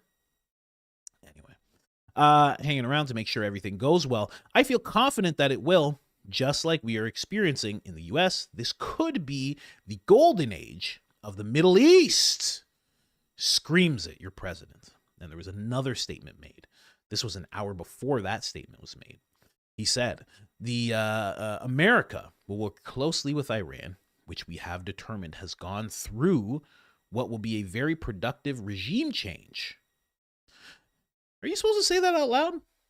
I thought that was like a code thing. Like, we're not doing regime change. We're liberating. I thought they always said liberating. And then really on the other side, it was like regime change. I always thought that's what it was. It's okay. It's fine. It's 2026. Why are we even hiding anything anymore, right? There will be no enrichment of uranium, and America will, working with Iran, dig up and remove all deeply buried B-2 bombers' nuclear dust. It is now and has been under very exacting satellite surveillance. Space Force. Is that what Space Force does? Interesting. Nothing has been touched. Maybe that's why they had to move NASA into an intel agency. Interesting. I didn't think of that. They're an intel agency now, just so you know. Look it up. Go ahead, look it up. It's true. I'm not making it up. Nothing has been touched from the date of the attack. We are and will be taking tariff and sanctions relief with Iran. Many of the 15 points have already been agreed to. Thank you for your attention on this matter, the president. So that is what's happening. It all sounds pretty good. It all sounds pretty great, in fact. Just for one thing, though. There's just one thing. They started bombing the place. Well, Jesse, as anticipated, the sirens are now wailing over Tel Aviv, indicating that another missile is inbound. And it looks like those bright lights in the sky are the missiles. And it looks like you can see an interceptor that is in hot pursuit of the missiles. And it's always quite dramatic when you see those interceptors going after it. And these ones might disappear behind our building here, and we're going to lose sight of them. But they're still quite lethal and coming into Tel Aviv. And I didn't see an interception in this case. Should be able to hear it in a second or so. And it's still quite lethal when there's an interception. Most of what we see out here are those cluster bombs in recent days. But when you get a conventional warhead with that powerful explosive, obviously you hope that the interceptors can get it. And the interceptors are about 90% effective, but that means 10% get through. And those conventional warheads we've seen are quite powerful. They leave great craters in the ground. Still waiting to hear the impact on this one, which should come any second. But we saw two lights in the sky. There. And there was another flash off in the distance here. So there was quite a big explosion. So that sounded like more of a conventional warhead that got through. I can't really tell you if that was an impact or an interception because we lost sight of that one, Jesse. Yeah, you could definitely hear that. Real quick, how long does it take for an Iranian missile to travel to Tel Aviv? What did you say? I said about 10 minutes usually. 10 minutes? By the time we, about 10 minutes from when we first get the alert till I'm hearing more impacts off in the distance from when we first get the alert to when the sirens start wailing. All right, well, maybe the remnants of the Iranian regime either didn't get the memo or they did and they don't care. So we'll obviously keep a close eye on that. Well, a lot of people were upset about that because, they talked it over. With the president and everything. And then the next thing you know, they're sending missiles over yonder. Now, Jesse even said maybe they didn't get the memo, things of that nature. But community notes say they went right on Jesse's post here, Jesse Waters. They said the ceasefire was only between Iran and America. Jeez. The U.S. military has paused strikes on Iran, but Israel is still carrying out strikes. Israeli military spokesman on CNN was told us on CNN. Okay. They thought they were included. They were like, yeah, this has to do with us too. The president's just like, I don't know what you're talking about. I don't have time for this anymore. I need oil. I have all this oil. I take oil from there. I need the straits. I just need oil. I need to make a deal. I need to make money. This is crazy. This is crazy. I don't know what's going on with you guys. What are you saying? You're just saying things under your breath. What do you? I don't really care. I talk about 10 points. 10 points, fine. I agree. I don't care. Hold on. And we are involved, yes? Listen, this is all because of you anyway, so I don't really care. I need to make money. I need to make oil. This is crazy. This is getting out of hand. I need oil. I need to make money. This is nuts. I told people I'd take away income tax. I told them I'd take away income tax. I don't have time for this, okay? Hold on, I thought we were involved. What's happening? What is this? Huh? Shit. It's crazy. It's crazy. So Iran was like, between you and I. Okay, good. 10 points? Sounds good. I have to go launch missiles. I have some missiles I have to go launch. I'll be back in a second. No, it was great. It was great actually doing business. Pakistan, thank you so much for setting this up. America, thank you so much. Yeah, we're going to open up the straits, all that stuff. Yeah, we're going to make a lot of money. Don't even worry about it. I have to just do something really quick. There's a button I got to press real quick. All right. Well, that's what's happening. They weren't involved. Everybody's getting community noted on this one. You know, well, I mean, it's just Jesse Waters because Ian reposted it. He goes, are they getting a taste of their own ceasefire tactics? Oh, Ian, come on. Because they've done that to Iran like 3 times now. Don't say that. It's pretty crazy. It's pretty crazy that they're doing that. But I mean, and what's crazier is that the president hasn't said anything about it. He's just kind of like, I can only handle one thing at a time. Sorry, guys. Oil's more important than anything. I'm sorry. There's a lot of money I got to make. I'm really sorry. I thought, I'm just going to make the money quick. I'll handle your thing after. You got the dome, right? Let the dome do what the dome does. I'm just going to handle this. Don't worry. We'll talk. Is BB gone or what? It seems like he might. I feel like this wouldn't happen if BB was there. Because I feel like if BB was actually around, BB would have been like, as they were talking, as they were speaking about like 10 points, BB would have been like, button, press, go. You know? I think he might actually be gone. Condolences. Friend of the show, you know? It's crazy. So Mark Levin, very upset about this whole thing. Very, very upset. As you could imagine, right? You already are named Micro Mark, right? You've already received that name. And a lady gave you that name. See, that's where it hits even harder. Because if I gave him that name, that would be one thing. But the fact that a lady gave you that name, that is just, it hits so much harder. So much harder. You know?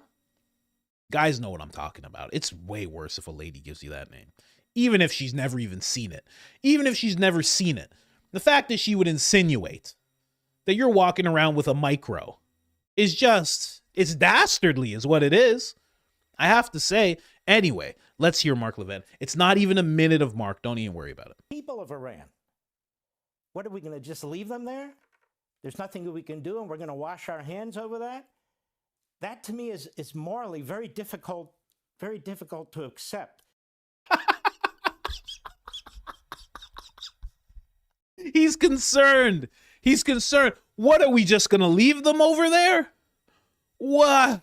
Very morally. Look at him. He's even looking down. He doesn't usually do that type of thing. He's usually looking right into the camera with this type of stuff he's spewing out. I'm so concerned for those people over there. That's all I've ever been. I've just been real concerned. And if we're not bombing those people, what are they to do? I don't understand. I don't understand what the president's doing. This is terrible. Oh, very concerned. Very concerned for the people of Iran. I'm sure, Mark. I'm so sure you're super concerned with what's happening to the people of Iran. And then what about the proxies, Hezbollah? I was reading these statements.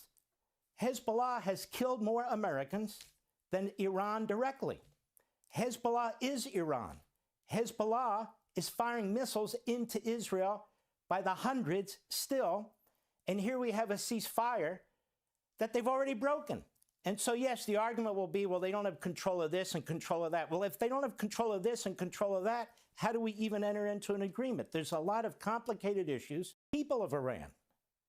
See, what's happening there is that he's linking, and this is, I'm sure it's by mistake because this is not a true thing, right? He's linking 2 different countries as one in this whole agreement thing that the president has gone over with Pakistan, Iran. He's linking these 2 countries together, but I was told that that's not a real thing. That's not actually what people are doing. It's not actually what anybody's doing. So it's very odd that he's doing that. Because like the community note said, the ceasefire was between Iran and America, you know? And it's not good. Missiles hitting any place is not good. I don't care what place it is, you know? Because as surgical as everybody makes it seem like, there's always innocent people getting hit. I don't think any innocent people anywhere should be getting hit with anything, or even under the terror of hearing those huge sirens and seeing these things. You know what I mean? It's just, it's crazy. I couldn't imagine that happening here. I could not imagine it, how terrifying that would be. So I don't think it should happen anywhere, but I don't know. I don't know what to tell you. You know, it's a crazy thing. Ben Shapiro's also very upset. Would you guess? Would you guess? Huh? Would you guess Ben's upset too? It's weird. Weird. Is Ben also very scared for those people over there? I'm sorry. That's really funny. What are we gonna do? This is morally wrong. What are we just gonna leave those people there? I don't understand. We're just gonna leave them all standing with their limbs, and I don't understand. Well, we were making such headway a second ago. They're all very sad. They're all very, very sad. It's very interesting. Here, let's hear Ben Shapiro on this. And again, when the president says that he thinks that God supports the United States, when we take out tyrannical dictators, when we kill Ayatollah Khamenei, a mass murderer, when we try to destroy the forward function of terror groups, he is correct about this. See, here's the thing. You're seeing a lot of people who have, shall we say, a casual acquaintance with Scripture, like who admit that they had not fully read through the Bible until 2 to 3 years ago, or suddenly it turns out bishops in their church. It's amazing how quickly they have learned biblical literacy. Just chastising Catholics, you know? That's how Ben opens it up. That's how he opens it up. He's telling us about Scripture. Isn't that cool? Really cool of him. You know, these are the same people who will sit across from guests who tell them that the Bible is actually socialist and anti-capitalist. These characters. Well, it turns out that for those of us who have spent a lot of time engaging with the Scriptures, and here I'm talking specifically about the original Hebrew Scriptures, it turns out that the Psalms, for example, are filled with calls to crush oppressors and deliver the weak and needy from the hands of the wicked and to break the arm of the evildoer. Literally 0 things in Scripture suggest that Western civilization has some sort of a duty to uphold the rule of wicked Islamist theocrats who murder their own people en masse, spread terrorism throughout the region, desire the defenestration of Christianity, yes, ask the Shia leaders of Iran what they think about Christianity, and threaten the West directly. Nothing in Scripture suggests that going along with those plans is somehow scripturally mandated. Well, there you go. There you go. Mark Levin he has a moral conundrum that he's facing with this whole thing of not bombing a place to free the place. And Ben is telling us that it's Scripture, that it's in the Scripture that we do this. Come on. This is written. It was written. This is crazy. Oh, man. Had to show you guys the other stuff beforehand. But yeah, that's very, very interesting that they have those 2 takes, you know. Even Candace thought that that little place in the Middle East was going to break the ceasefire deal, but they're not a part of it. They're actually not a part of that ceasefire deal.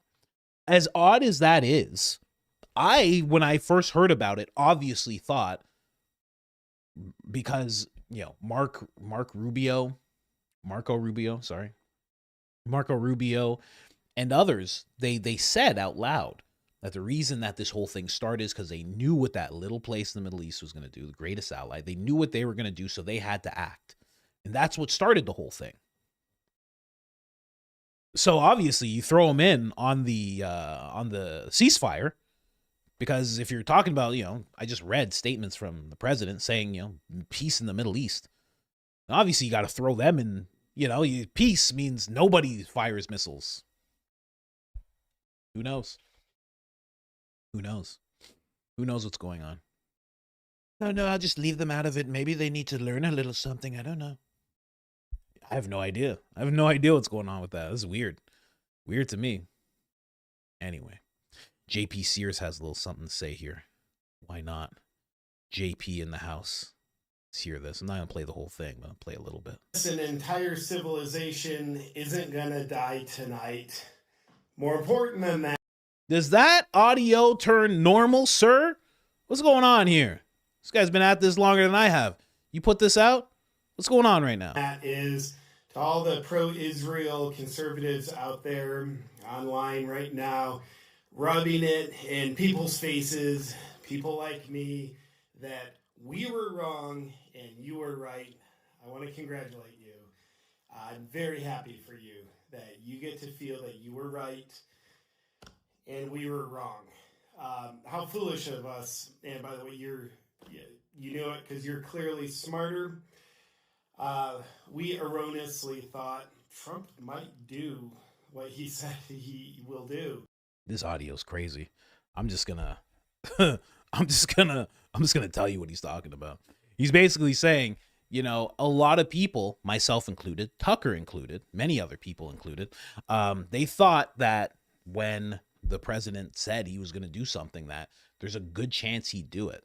And there was a whole bunch of other people who were like, he's not going to do what he said he's going to do. Don't even worry about it. That's not a thing that he does, guys. Come on, check out the whole past year. That's not a thing that he does. He's not going to do what he said he was going to do. That's the joke that JP is making there. But that audio was atrocious, my friends. You know? So, he's right. You know, a lot of people thought he was going to just do what he said he was going to do. But, yeah. It's interesting. Interesting. Mark Levin saying more, you know. It's been violated. Missiles are firing. Blah, blah, blah. But again, not involved in the ceasefire. At least from what I can see, I'm just looking at all the points here that I've come across. Seems like he's just not a thing. Apparently now, Trump is getting the Charlie Kirk treatment. The president sold out this little place in the Middle East. To those people, mullahs in Tehran, the art of the deal was just the art of betrayal. Wow. Now he's getting the Charlie Kirk treatment. Getting the Tucker treatment. Getting the Megyn Kelly treatment. Getting the Candace Owens treatment. How quickly that happened, huh? That happened pretty fast. Let's see here. Is this Pete is he gonna answer anything, or is he just gonna tell somebody that they're being rude? I think that's all this is. Excuse me. Why are you so rude? Just wait. I'm calling on people. Thank you, Secretary. Okay, so he's just putting somebody in check there. Good for him. Good for him. I don't think they should get to yell at anybody just like that. Anyway, let's see what he has to say here as well. President Trump forged this moment. Iran begged for this ceasefire, and we all know it. As the President Truth this morning, a big day for world peace. They actually, they didn't beg for it. Not that I'm like on their side or anything, but they actually didn't beg for it. They said they're actually willing to lay down their lives in this whole thing. I think they said just to teach America a lesson, they were willing to lay down their lives. Now, obviously, they doesn't mean the general population. I'm sure the general population was actually begging for something like this to happen, because why be in this state of absolute terror? But the people who were in charge were like, we'll all go if it means that we get to teach them a lesson. Pretty crazy. Pretty crazy. That's why there's so many people who are like, this is a crazy situation right now. Because you don't want people on both sides that seem like they have nothing to lose. You don't want one side being like, we're going to destroy your whole civilization, and the other side's like, bet, come do it. Come do it. That's a terrible situation to be in for millions of people. Iran wants it to happen. They've had enough. Operation Epic Fury was a historic and overwhelming victory on the battlefield. A capital V military victory. By any measure. This guy just said capital V. I just find that funny. That was a capital V victory. And you're reading that whole thing. Interesting. Epic Fury decimated Iran's military and rendered it combat ineffective for years to come. You see, in less than 40 days, one of our combatant commands, Central Command, CENTCOM, using less than 10% of America's total combat power, dismantled one of the world's largest militaries. The world's leading state sponsor of terrorism proved utterly incapable of defending itself, its people, or its territory. I don't know why he's saying that. That's crazy. It's a crazy thing to say after everything's negotiated, you know? It was a crazy thing to say after. I guess you can say it. You know, you're in the power position. You know, no matter what anybody thinks, you're in the power position. But you know, why say that? That's the clip, Lance. We're just going with that. Put that out there. Oh, anyway, Kanye West. I just found this funny after watching Barron's thing and talking about everything I've been talking about from last episode. Kanye West makes $33 million. Reportedly rakes in $33 million in his 2 comeback shows. Fine. Again, see, I don't, who knows what all this means? I guess he's back in it, right? Whether it's him or the clone, he's back, right? He's back in the fold, right? He married a witch, allegedly, right? Married into a very weird occulty family. Her grandmother was certainly a witch. That's like a real thing. Her grandmother was actually a witch. On her mom's side. That's real. You look that up. Maybe great-grandmother. Somebody was a witch. But, I don't know. There you have it. Kanye West makes $33 million. I mean, these are signals, man. I know it's just a number. I remember I had that thing with Barron where I messaged him. He's like, it's just a number. But it's like, it is a signal as well. It is a signal, right? Just like this is an itch. But under certain circumstances, this is a signal. You know what I mean? You know what I'm talking about? Under certain circumstances, sure, that whole hand symbol means I love you. But under certain circumstances, it's a little bit of a signal. You know what I mean?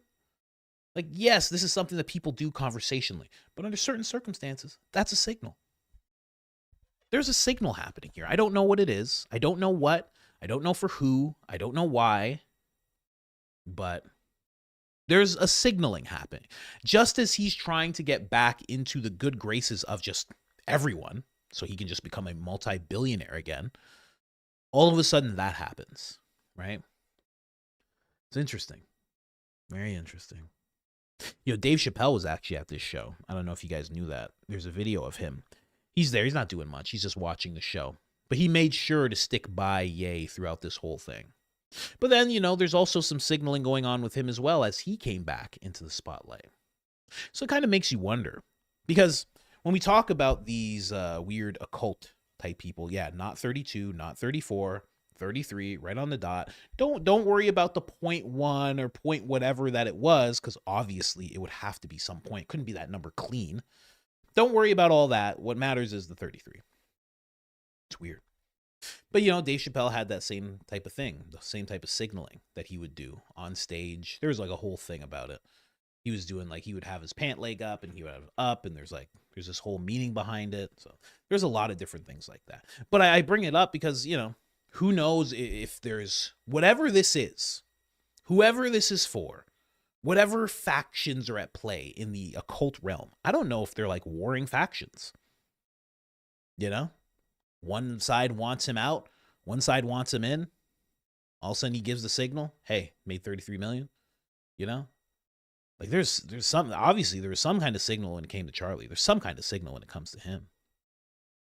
I don't get it. I really don't. I get it, but I don't get it. You know? I don't get it, but I get it. I see it. I couldn't tell you who the signal's going to. I couldn't tell you that, right? But I know that that's a signal. TMZ's reporting it, no less, right? The Shade Room is reporting it, no less, which is just the black TMZ. You know, the fact that that's, you know, so right when you feel good about somebody doing something, huh? Right when you feel good about somebody doing something, they just pop up and they're like, I made $33 million. What's going on, everybody?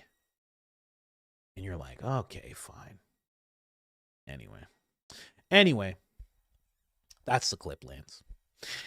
This is a weird one. I'm going to play this. Okay.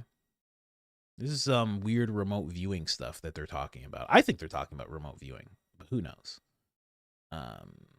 Just listen to this. This is a gentleman from the agency speaking Monday.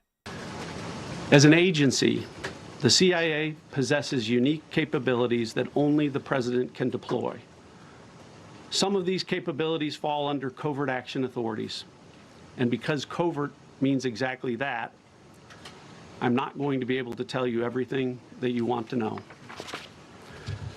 At the president's direction, we deployed both human assets and exquisite technologies that no other intelligence service in the world possesses to a daunting challenge, comparable to hunting for a single grain of sand in the middle of a desert.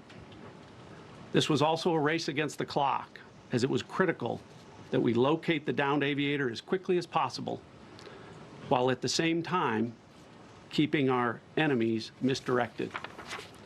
For that reason, in addition to the human and technical assets deployed by the president to find our airman, CIA executed a deception campaign to confuse the Iranians who were desperately hunting for our airmen. On Saturday morning, we achieved our primary objective by finding and providing confirmation that one of America's best and bravest was alive and concealed in a mountain crevice, still invisible to the enemy, but not to the CIA. That confirmation was relayed by Secretary Hegseth to the president, and the operation quickly moved to the execution phase. Following the successful exfiltration on Saturday night, our intelligence reflects that the Iranians were embarrassed and ultimately humiliated by the success of this audacious rescue mission. All right. Interesting. Sounds like remote viewing to me. That's what it sounds like. Yeah, I don't talk about it too much in the past few episodes. When I say past few, I mean like past 100 episodes. But if you go back months and months and months, I talk about this stuff quite a bit. Talked about it in interviews quite a bit. Know a lot about it. Know that they put 30 years of research into it, and then they're just like, didn't find anything, and then they just kind of broke up that program. But, I mean, you know, that's what it sounds like to me. Very weird. They're here to find somebody in a crevice of a mountain. Basically what they're saying, if you have a heartbeat, we're going to be able to find you. And that's how remote viewing works. If even they'll find you anywhere, right? I don't know. It just really speaks to like Operation Often. It's the only reason I brought it up. It really like speaks to Operation Often. 33 years. Yes. 33 years of research. We looked into this for 33 years. Didn't find anything. Business as usual. Nothing to see here, guys. But but it really speaks to like Often that I talk about. You know, Mortal Kombat Ultra, like that whole realm of research they were doing. You know, it kind of speaks to that, this technology, because you could call that stuff that they were looking into technology as well. Technology is more of a loose term than we realize, you know? Your toilet roll dispenser, you know, your toilet roll thing is technology. The toilet paper itself is technology, right? There's many things you can classify as technology. ESP would be classified as technology. Remote viewing would be technology, right? So it's just very interesting that that's what they did, and that's how they solved that case. And they have access to this information, and it's the same people who were doing the tests who said they didn't find anything with remote viewing, but they put in decades of work into remote viewing. Sounds like that's what they were doing to me. So I just found that very, very interesting. You know, threw me off when I saw that. I was like, wait a second. And then somebody even said it below. Is like, why mention that the assets were human? Yeah. What's going on? It's weird. Weird terminology. Weird the way he's not going to talk about what it was. Could easily just say X-ray. We have X-ray strong enough. We have, we have stealth bombers that are stealth enough. You know, you could just mention it, especially if you're at a press conference, because you are the agency director. You could just be like, I'm not talking about this, guys. I'm not talking about this. So anyway, press conference? No, I actually run the agency. I'm not doing a press conference. Bye. I'm going into the tunnels now. Bye, everybody. I have a meeting with some vampires and some lizards. I gotta go. Bye. It just goes underground. Bye. No, I'm not talking to anybody. You know? Opens up this hole in the earth and you just hear, hell yeah! What's going on? You're here, finally! It's Jeff Bezos, Elon. Look who it is. Come on, get in here. We have baby oil. Get in here. What can I do? What can I do? I have to make these assumptions, guys. That's the clip, Lance. I think that's that. What else do we have here? Oh yeah. Okay, we had that. That was just a repeat clip, and then there's that, and that's basically it. I mean, what Baron put out there was just crazy to me. I don't know how anybody else felt about that, but I felt like that was nuts. I can't wait to see that's why I've been looking at X over and over again. I'm like, when are people gonna respond? When is somebody gonna say what he said is absolute nuts? When is someone gonna say this doesn't make any sense? When is somebody gonna say that what he's saying is wrong? When is that gonna happen? I'm not seeing it. I'm not seeing anybody do that. Oh, there is one video I should address here. There's one video. You know, let me see. Let me see here quickly. Where's that video? Where's that video? Quickly here. So this video. So many people have sent me this video, right? Many people have sent me this video. It's about Iran releases proof Erica Kirk off Charlie as part of this coup, blah, blah, blah. I have to say, and I've said this before, I've talked about it, this guy makes things up. Allegedly, maybe, perhaps, I don't know. My opinion for entertainment purposes only. This guy, when you check into what he's talking about, you have to understand, every single time he makes a video, not every single time, but many times, there's always this. I don't even have to guess. I know that this is going to be in the video. Again, of course. Every single time this guy has a video, there's something like this. Every single time. It's always somebody whose face is blacked out. They're saying all these things. Time and time again. I saw Jesse address this. Jesse was saying, if you think this video is real, like, I don't know what to do with you. I don't know what to tell you. His videos, there's a reason why no one picks it up. It's not because you're in the know and you found this guy who has all these witnesses and nobody wants to talk about it. That's not what's happening here.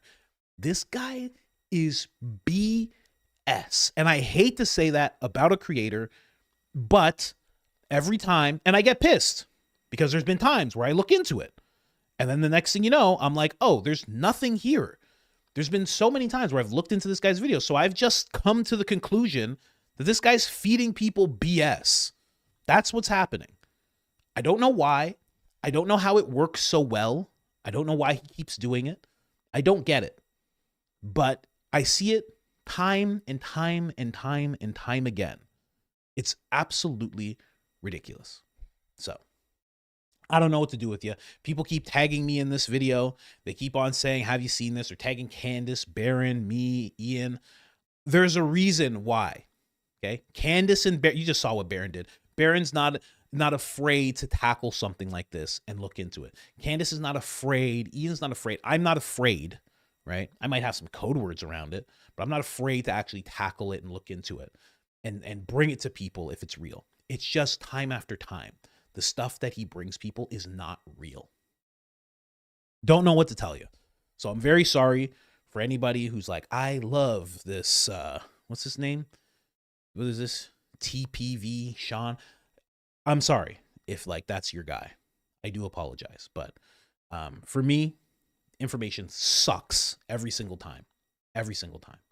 So please stop tagging me in that video. It's not real. It's just not. Believe me, if it was real, there'd be people all over it. There's a reason nobody else picks it up. There's a reason why no one picks up anything that this guy puts out. Because everybody does a little bit of research and they go, oh, this is fake. Every single time.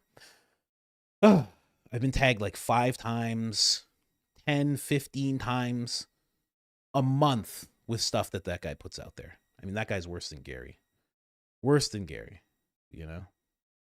And then makes us all look like morons. Because imagine if Candace did grab it and run with it, and it turns out to be fake. How they would rip Candace apart, man. They would tear Candace apart And all the time there's people tagging all of us in that stuff. I don't believe anything that guy has to say. So, just putting it out there. So please stop tagging me in it. I'm not going for it. I'm not going for it. I'm only going to be hoodwinked so many times. Okay? Only so many times. That guy almost got me once. One time I was like, oh man. I'm like, okay, let's look into this person. And then all of a sudden, because I know the story so well, I know the investigation so well, I'm listening to him talk and I'm like, oh, that's not true. Well, that's not a real thing. Well, that's not true either. Oh, that's not true. And then all of a sudden he has this witness, and the witness is like, hey, I just want to say, I know what happened to Charlie. I'm from the French Foreign Legion, and I can tell you that I was there. What happened to that story? I'm not even going to get into it. I know a lot of people haven't heard. People say, yeah. People, you can say Candace is smarter than that. That's not the point. The point is that he's putting it out there. And then you guys, not all of you, obviously, a bunch of you are saying that he's full of S, sugar honey iced tea, as Officer Tatum would say. But there are some people who are falling for it. And they keep on tagging and tagging and tagging. And they're like, why aren't you guys talking about this? It's not real. You're not seeing a real thing. Don't know how he's allowed to do it. But whatever. Anyway. Keith Tank. Members was awesome last night. Cool to see the deep dive on Gary's ancestry and learn about his family tree. We did do a deep dive on Gary's ancestry and his family tree. Someone said that's for the members. That's for the members. That's a rumor that I'm trying to start. That Gary's descendant of a Kandahar giant. And that's why his hair is red. That's yeah, that's my thing. But someone said remote viewing is demonic. Yes. Oh God, someone else is like, did you watch it all? Just no, man. I'm not watching his stuff. I research for 8 hours a day. Please spare me. Just relax. It's not a real video. He sucks. Please don't make me start talking about this guy like that. I don't even know him. Sure, he's a great guy, friend of the show, but no, I didn't watch it all. I'm not going to. Because if you feed me BS in the middle of your video, you think I'm just eating a BS sandwich because the bread is nice? Well, the bread's real soft, so what's in the middle doesn't matter. What is this, excrement? No, we're not doing that here. Okay? Not doing that here. Anyway. Somebody has to say it, though. It's getting crazy. But remote viewing being demonic? Yeah, it is. For the most part. I mean, it depends what you're connecting to actually make that happen. I would agree with you when you say that, but I don't know. Actually, I do know all the ins and outs of it. I haven't done it myself. I've never tried to do it, but I do know all the ins and outs of it. And knowing what I know now as I learn about the occult and demons and rituals and things of that nature, it is one of those things. You go into this trance, you're accessing something, and I don't know that it's all godly. So, yeah, I do agree with you there. Dorothy says, so excited for you and Mrs. Coach on your pending new arrival. Lots of love to you and your family. Thank you so much. Really appreciate that. Thank you so much. Do appreciate that. It is coming up very soon. The bags are packed. Mortal Kombat Ultra minty fresh McCoy fatality. McCoy's fatality for sure would be he would shake the hips. He would go on, he'd have this lightning because he's like the Flash, right? He's nice and slim like the Flash. So he'd run up on you and hit you with his hips. And then before you could even react, he'd be on the other side of you and hit you with those hips. And then you go, and then you fall to the ground. And as you fall to the ground, he just puts his phone up, puts a finger in his ear and just walks away. Fatality. That's exactly how he would finish it. 100%. Friend of the show, Mikey McCoy. Your mom, 88 Hill, welcome to the crew. Who's this? Jessie Lou. From one paranoid person to another. No, you didn't. I got a call from Fort Huachuca yesterday afternoon. The great people in Discord looked up the number and it's probably military. No way you did, Jessie Lou. Tell me about it. Tell me if that's true. Jessie Lou, is that true? That's crazy if that's true, Jessie Lou. I'm just saying that's absolutely wild if that's true. I don't know. That's nuts. That's nuts. Someone said start over. I just got here. Hey, absolutely not. You know, I would if I could, you know, but I don't write things down. There's no teleprompter here for me to reset. You know what I mean? You're seeing everything in the moment. Let me see here. Yeah, Jesse Lou, please tell me about that call. Please answer that call. See what's up. You know? Hi, Jesse Lou. This is Mr. Wachuka. For what we understand, you're inside the Mint Daddy crew. Well, we have an offer for you. We have an opportunity for you to serve your country. You're inside the Mint Daddy crew. We need information. From what we've heard, there is an ex-Green Beret. His name is Gary. And we've heard that there is knowledge that he is descendant of a Kandahar giant. Is this true? Yes, Mr. Wachuka. Yes, Mr. Wachuka. We were talking about it yesterday. You have to help us, please. Anyway. We knew there was a reason he was dumb as rocks. But we didn't understand until today. He's been hiding among us, you understand. He's a double agent. He's a Kandahar giant, and he's trying to access what we're doing. We've brought him very deep on the inside. He's a shill, you understand. We need your help. Yes, Mr. Wachuka, anything to help. I'm kidding. Gary's a friend of the show. Gary's a nice guy, you know. Redheads are cool. Gingers are cool. And they're all black. So, solidarity. Solidarity. Look it up. Look it up. Everybody knows.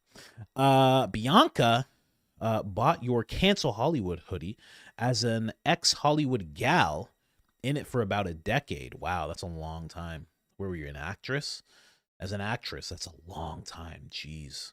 Working on my own show. Cheers to truth. You inspire us all. Thank you so much. Really appreciate that.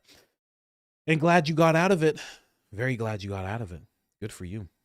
10 memberships by Pablo Disco Bar, 1984. Oh, 1984. I didn't even see that. Let's keep going. Thank you so much. Thank him. Thank him in the audience, ladies and gentlemen. Kathy Duell says absolutely nothing. Just quiet. Jennifer Gilly, welcome to the crew. MPP Mischief Managed. Welcome. Barron is not licensed to practice law in Utah. So what? Are you out of your mind? You think you can't get someone on the team who's just an expert? You think you can't just have an expert on your team? He doesn't need to be the one actually doing all the actual legalese of everything. He doesn't have to do that. He's just a straight up expert. That's it. They're just like, here's the information. Can you decipher all this for us? Can you bring us your information? That's it. He doesn't need to be the guy in the suit saying, Your Honor. That would be hilarious, though. That'd be crazy. That would be nuts to see Barron doing that. That'd be so funny. Just one last hurrah. He's like, I left my job. So they call him up in Utah. Sir, Mr. Coleman, we need you just one more time. He's like, I gave all that up. I gave that all up. I'm a broadcaster now. Don't pull me back in. Don't pull me back in. We've been seeing what you've been doing. We've been seeing what you've been putting out there. Your research is unmatched. We need you just one last time. And he's looking at his degrees and everything. He's looking at his tie just hanging on the wall, you know? God. Utah, is it? I'll see what I can do. Hangs up. Walks into the living room. 42 kids running around, you know? His wife is just in the middle of it all, you know? Whirlwind of kids is everywhere. Honey, they pulled me back in. Is it Utah, dear? It is. I gotta save this damn kid. Yeah, he's already in his suit. But no, he doesn't have to be that guy. He could just be an expert. You know, they could use somebody like him, definitely. Oi, save loy, hit the likes, yo. Hit them likes, yo. All right. Yeah, hit those likes, yo. What's going on with you guys? Brandon Henson Fetch me a I've caught one time. Wait, I've caught one on time, 6 minutes behind, but still on time to me. Let the truth set us free. Liars forget their lies and need to lie more to cover it up. Love from Maine. Thank you so much from Maine. Appreciate that. Nobody fetch him that toaster that he's talking about either. Toxic Shake 14U. Ben Shapiro is the product of a child raised on, what is this?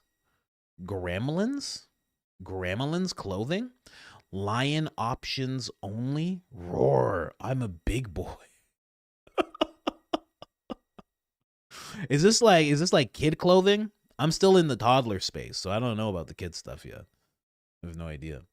Bianca, if Gary had a band, it would be called Blinken Park. That is solid. That is a nice pun. That is a very specific pun. Very, very specific. Very well done. Bianca, thank you so much for that pun. Anyone that doesn't understand, Gary is always blinking. He's blinking 100 times a minute. It's pretty crazy to see. That was solid. Thank you so much, Bianca. Thank you for letting us know about that. Hope doesn't say it all. I imagine it says Hope Bean. That's what I always imagine. I'm using some of my 69th birthday money to say thank you for the laughs during the dark times. Let me tell you something here. Hold on a second. Hold on a second. Happy birthday and all that, but hold on just a second. You're 69? You sure? You sure, lady? I don't know. That doesn't look 69 to me. I'm just saying. Does anybody else see what I'm seeing? Lady looks young. 69? Are you sure? You putting us on here right now, Hope? I'm just saying. Am I wrong? I can't even. Usually you can see some wrinkles. Even in a profile picture, you can see some wrinkles from far. I don't see anything going on here.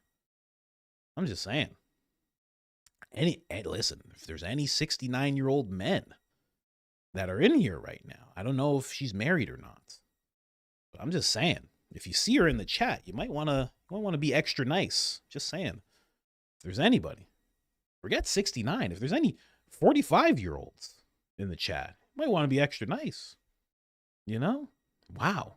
Absolutely amazing. I'm really hoping I look good by the time I'm older. I'm not going to call you old. You're young. You're 69 years young. But I'm really hoping I look all right. You know? My wife says I haven't aged at all. She's known me for like 10 years. But I hope that just keeps up, you know? Really hoping I look like Hope by the time I'm 69. Not that I'm a lady by that time, but, you know, a still black looking good gentleman. That's what I'm hoping. Using this, thank you for the laughs during these dark times. Christ is King. Happy birthday to you. Happy birthday to you. Happy birthday. Yo no soy negro.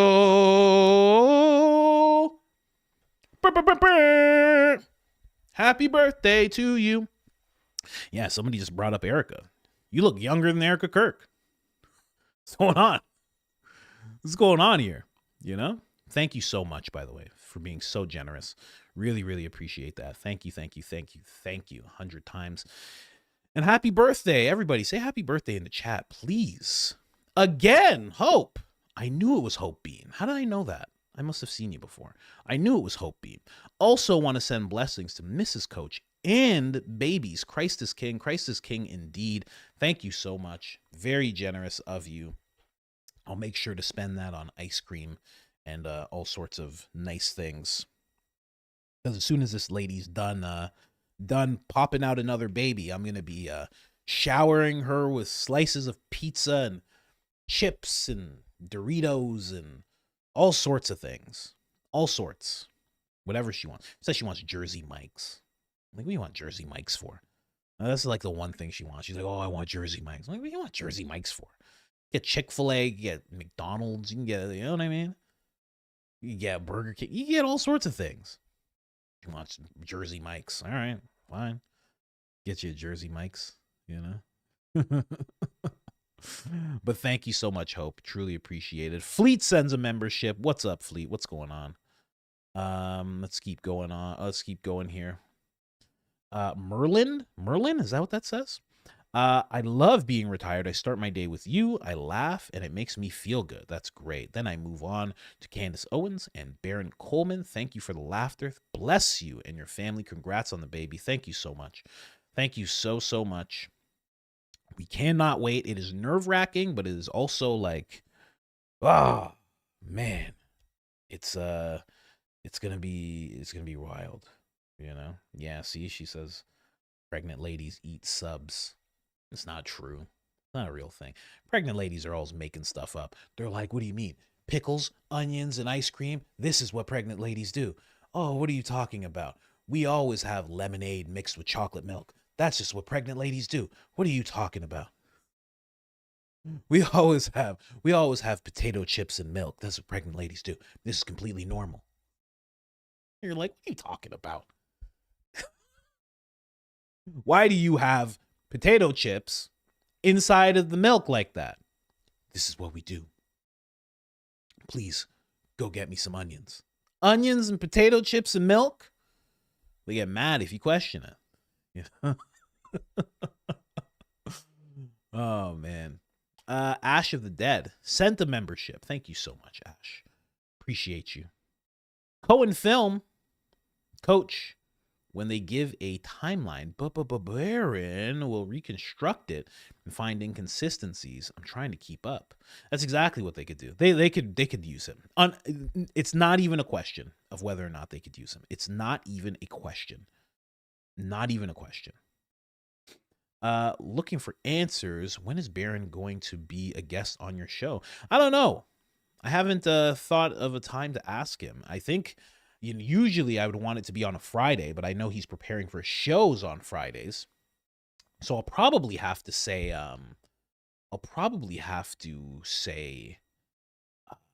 like a Tuesday. Like when, I don't know, something like sometime when he's not recording. Because I want to do it live, of course. So that's what I'm hoping for. I'm behind, just cackled when you said the defense wasn't putting timestamps out there for me. The rest of us were like, is Baron going live today? I was talking about Giants. I really was. We were talking about also, you know how many remains of Giants have been found across America, Ohio especially? Do you know how many? It's pretty crazy, actually. When you really look at it, it's nuts. How many? It seems like there's been way more giant remains found in America, and I could be wrong, but it seems like other than any other place in the world where they're uncovering 8-foot people, 9-foot people. It's really weird that it keeps happening in America. But yet, in the history of all the native tribes that you don't hear them discuss giants all that much. You don't hear the pioneers, the settlers that came over. You don't hear them talking about giants either. It just makes me wonder when they were here. Good morning. That is all I got today. God bless you and your family and everyone here. Thank you so much. Lisa, Boxer Mom. I believe it's Boxer Mom. I'm pretty sure. Thank you so much. We appreciate that. Very, very generous. Heather, also known as Rachel, sends out a membership. Thank her. Thank her for that. Love is what does that say? A four-letter word. I'm guessing that's what the whole name says. Longtime lurker, recent subscriber, first-time chatter. Why are you and Baron so based? Sending massive love to all the subscribers, viewers, and replay viewers. So much respect for all you beautiful people. Loves, loves, loves. Thank you so much. Really appreciate that. Thank you, thank you, thank you. And I don't know why we're so based. I have no idea.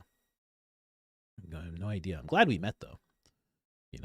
Glad I met Zach Costello, too. Very happy that I connected with those guys. I was telling Zach when we did our interview, I was like, it's funny because it's like I keep connecting with people who are like into their faith. They're like deep in their faith. And it's not planned and I don't know beforehand. And it's just something that just keeps happening. On TKTK, an ex-agency agent say on his first day, they told him not to say anything that he didn't want on the front page of the Washington Post. Didn't Erica say this too? Yeah, I feel like that's John. I don't know how to say Karaku, I believe his name is. He's a guy with glasses. I think he's the one that said that. And I'm pretty sure Erica said that on stage when she had the long hair and like the bun and she was dressed in plaid and tights. I'm pretty sure that's when she said that. But yes, you're correct. She did say that as well. Maybe she got the same training. Maybe they were at the same training, you know? I think you do a good impression of GDT. Thank you. Thank you very much. Thank you. I don't go too hard. I don't go too crazy. I don't do too much. I've worked on it a long time. It's one of the best and biggest impressions that there is. There's really no one else doing impressions like this guy. Like this guy here. He's black, but we love the black people, right? Right? We've always loved the black people, and they love us, and they love us. That's right. Anyway, thank you. Appreciate that. Merlin headline, Baron Coleman cracks the Charlie Kirk case. Release Tyler. Fire Patel. Headline, bring the lady with the sparkles in. Drop the sparkles. Step away from the sparkle. That would be funny. Drop the sparkles. Step away from the sparkles. What's the problem with the sparkles, Agent Johnson? You know what the hell these things are made of. What are they made of? Shut up. Hands behind your back, ma'am.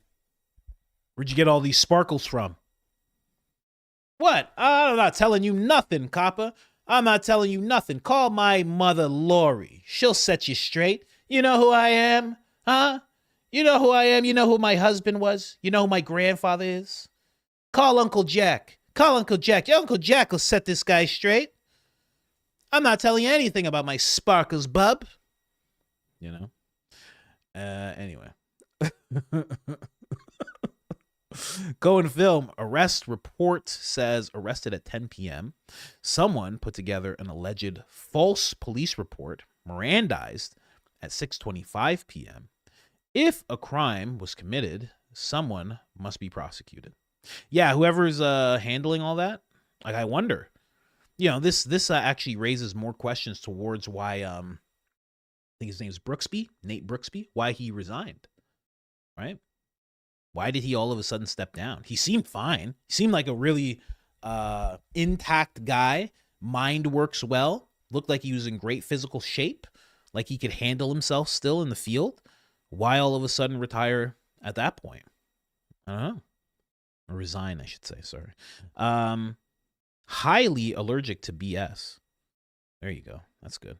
I get excited all day as your show gets closer. Really? How early are you up? It comes on at 5 p.m. my time. Oh, okay. That's why. Which is perfect for my afternoon wind down. Thanks for your good work. That's amazing. Wow. Thank you so much. Where are you? South Africa? It must be South Africa. That's wild. Fed slop. Shaken, not stirred.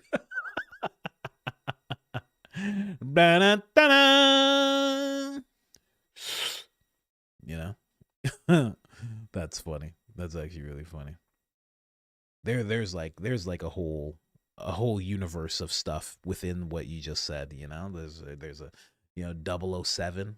It's Gary. Gary is 007. How would you like your fed slop, sir?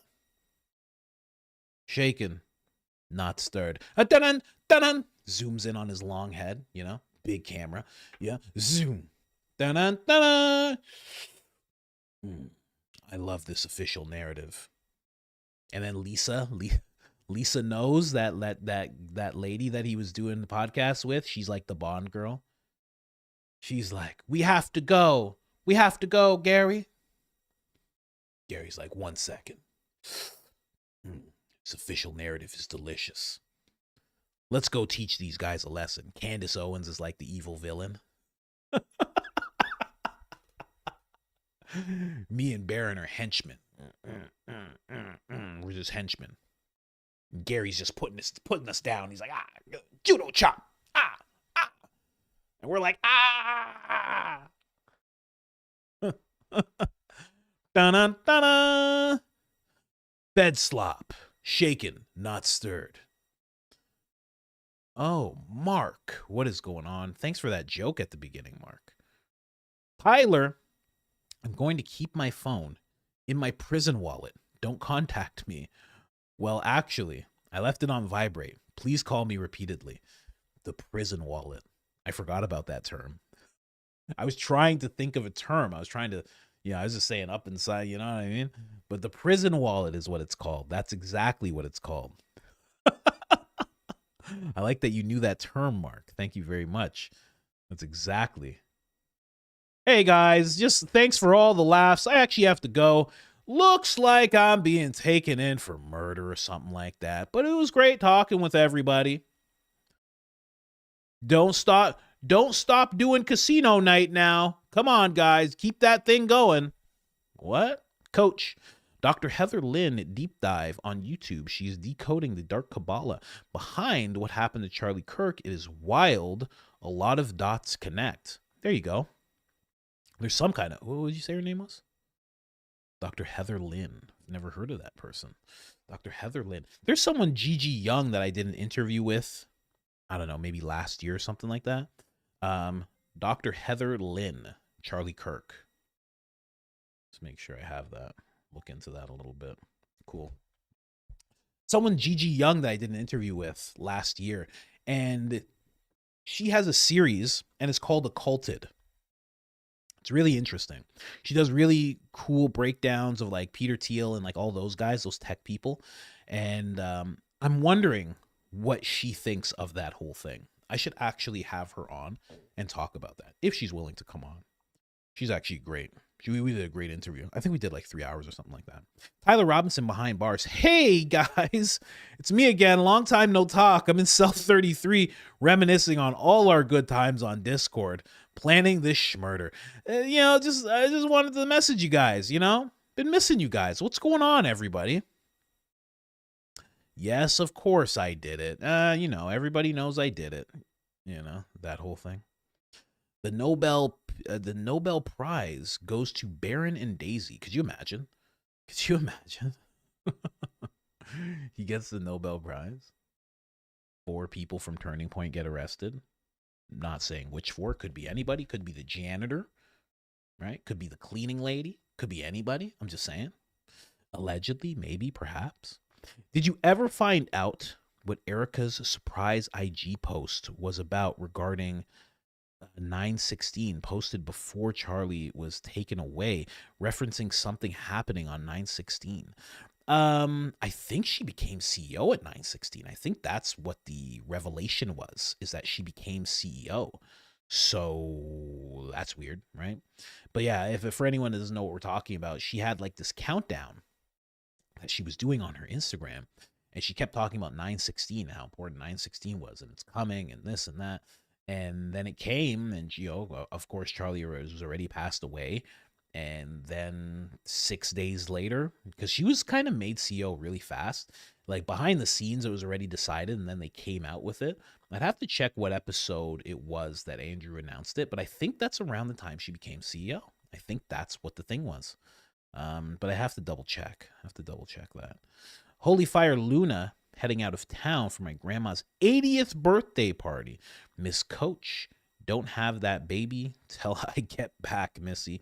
Praying for you both. Christ is King indeed. Thank you so much. Really, really appreciate that. Prayers are the most precious things. And have fun at that birthday party. That's amazing. That is amazing.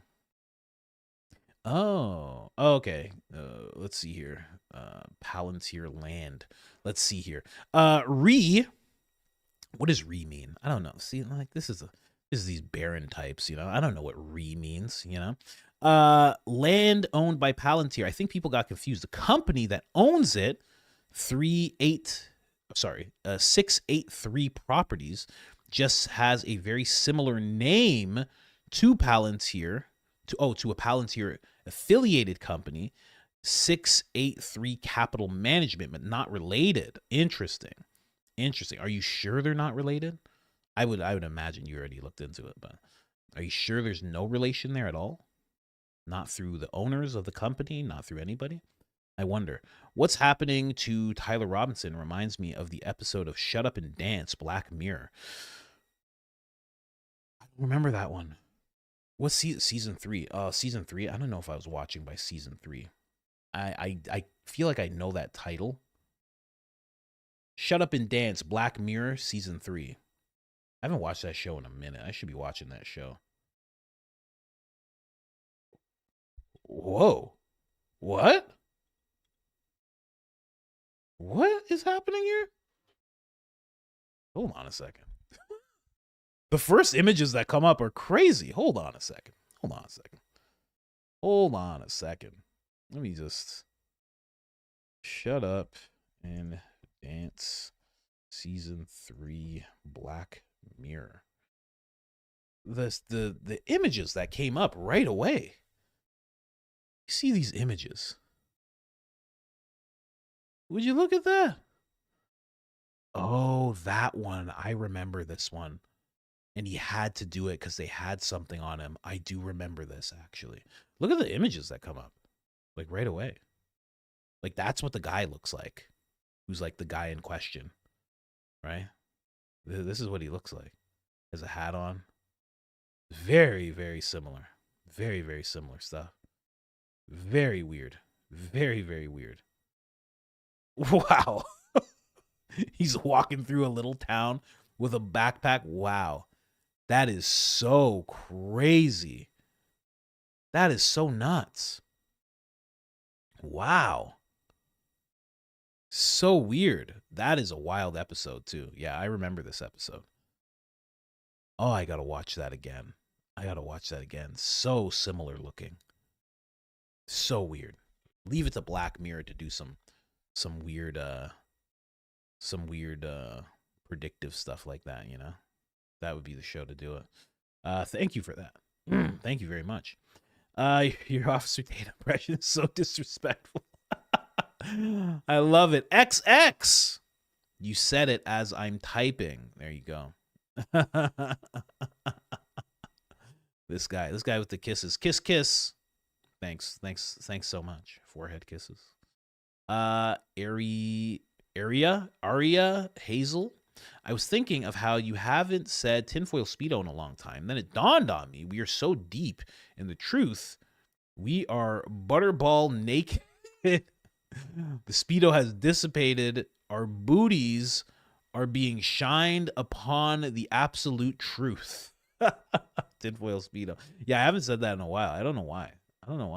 It just fell away. As I know Black Poppy came in, tinfoil Speedo kind of dissipated, but I should make a production company called that or something. I'm new to your show, so I may be behind, but highly recommend the Confessionals podcast, Formation on Giants, and the Supernatural. Yeah, I should look into that. I know about that podcast. That podcast is great.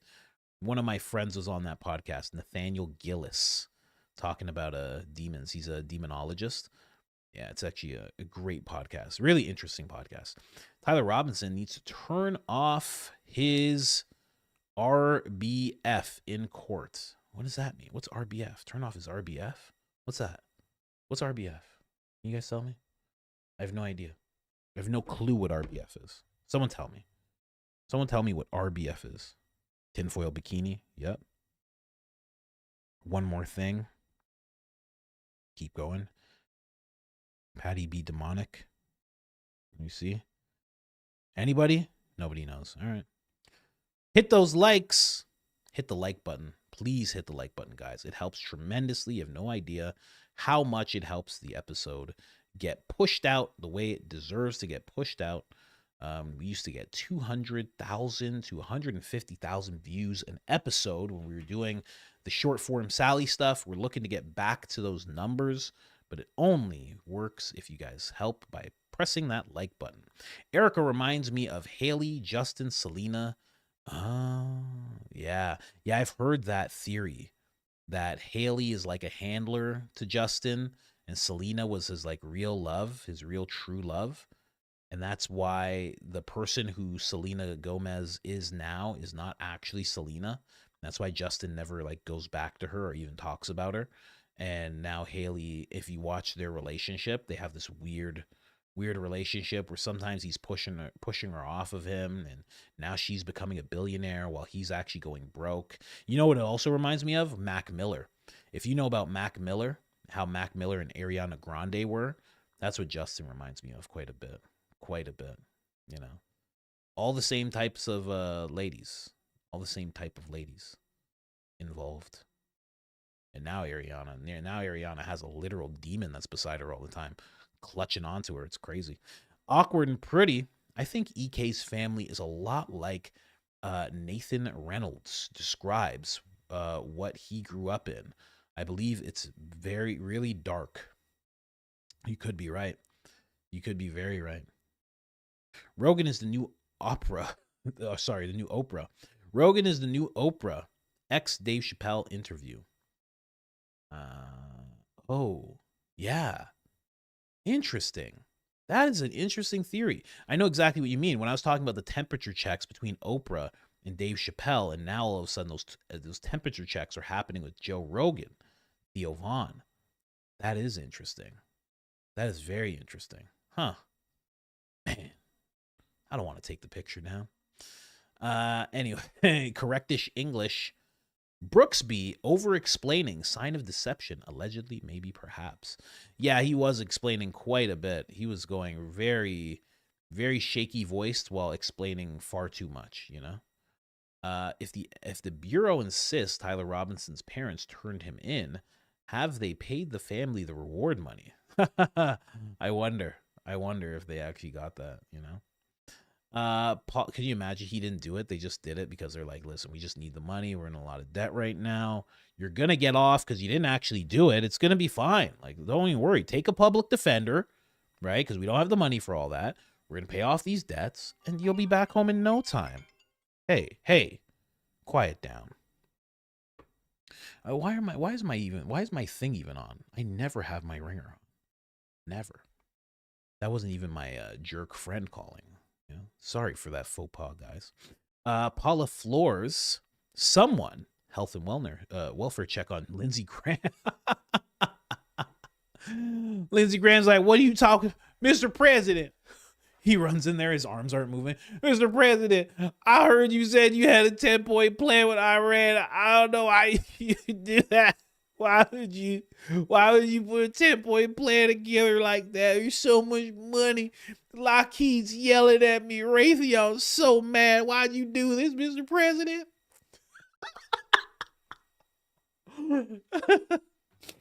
There's so much money. We're supposed to make so much money. I don't know why you do this to me. He runs out and says, why would you do this to me, Mr. President? I just wanted that money. You're always doing this to me. You said it'd be war. We wipe out civilization. I bought a yacht. Yesterday. What's wrong with you? Oh, I'm crying.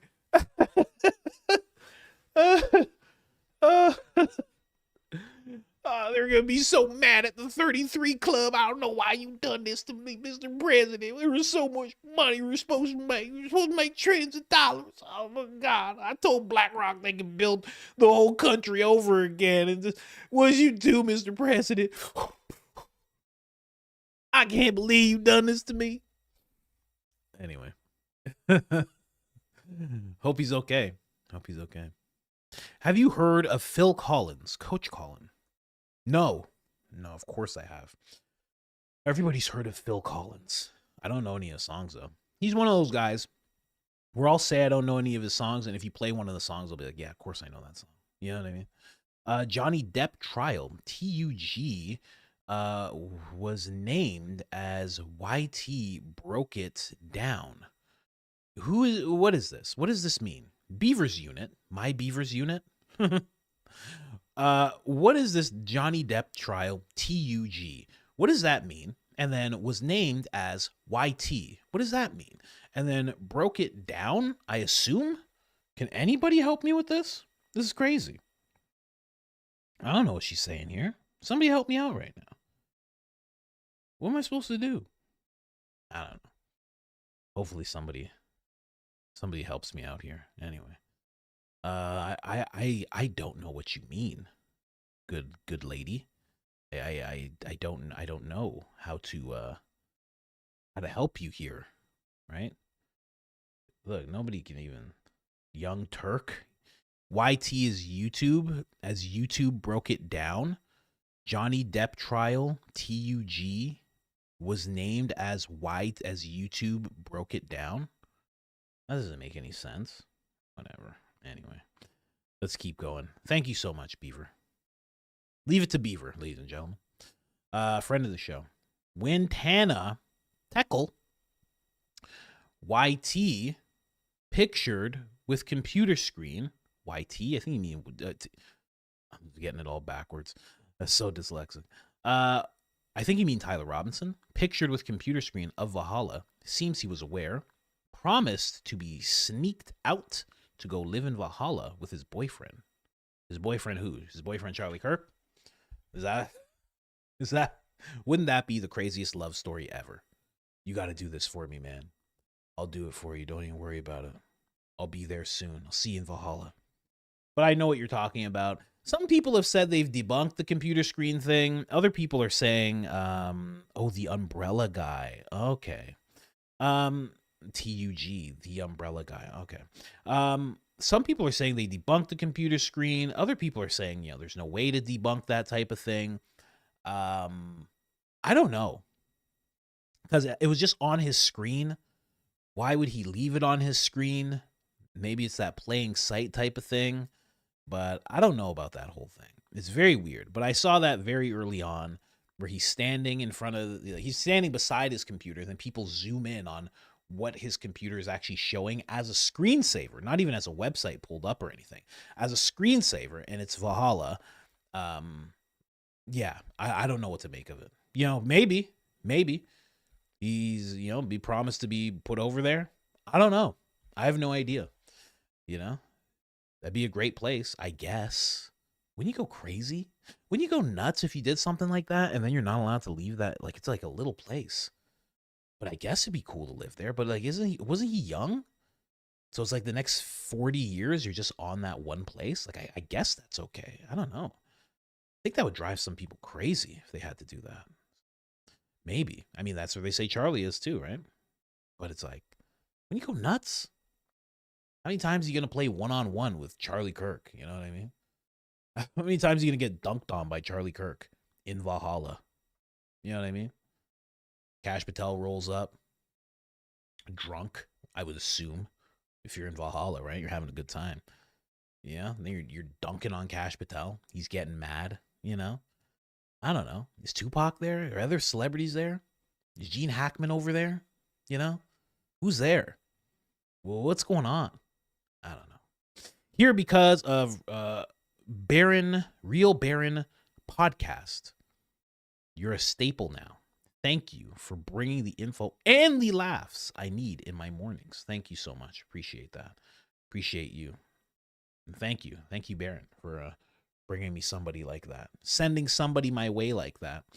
Prez Orange, I told you we're under ceasefire. You guys are your own country. You talk to BB if you can find him. Yeah, could you imagine? That's what he says.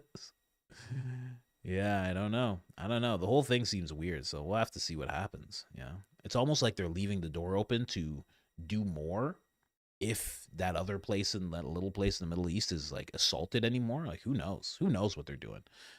Yeah. Please take my advice. Oh, jeez. Okay. Just relax. Jesus. Come on, man. Can't talk about that stuff on here. But yes, don't worry. Like I listen. Your boy's been in this for 25 years, okay? Trust me. Excited for you and the missus. Just wanted to shout you guys out. Show you both all the love. You guys are great. Thank you so much, Fleet. Friend of the show. Ladies and gentlemen, Fleet has another episode of The Headquarters out now. Is it The Headquarters or Headquarters? Turning Point? Turning Point Office Edition? Office Edition Turning Point? It's out right now. Go check it out. Get back to work, Matt Walsh. Coach, I appreciate you and the community sending positive vibes and prayers to you and Mrs. Coach. Thank you so much. Dave, welcome to the crew. Whoa, we got something that popped up. Whoa. Go back up. I gotta shout that person out. They just joined the crew. How we not gonna shout them out? Whoa, a whole bunch came in. Oh man. Let's see. Where we at? Big Goy Ploy. Welcome to the crew. Appreciate you. Yes, more Officer Tatum. Thank you, Mrs. Lacey. Don't even worry about it. There's always more to come. Smarty Pants Dance. When Mrs. Coach is recovering, please do Bro Night Conspiracies with Lance. Oh, that's an idea. You know, I was actually just telling her yesterday that she's just gonna, because she'll be recovering. I can just have her lay on the couch and just put the microphone right to her face, and she'll just be laying down like that. Yeah, this is actually a more compassionate take there. I was like, we're just gonna keep doing it. You're just gonna be nursing, and that's it. We'll see. Mystic Gypsy, welcome to the crew. Smarty Pants Dance, thank you so much for sending out that membership. Let's see here. 33.3 was their original interest rate for loans back then when they kept getting kicked out.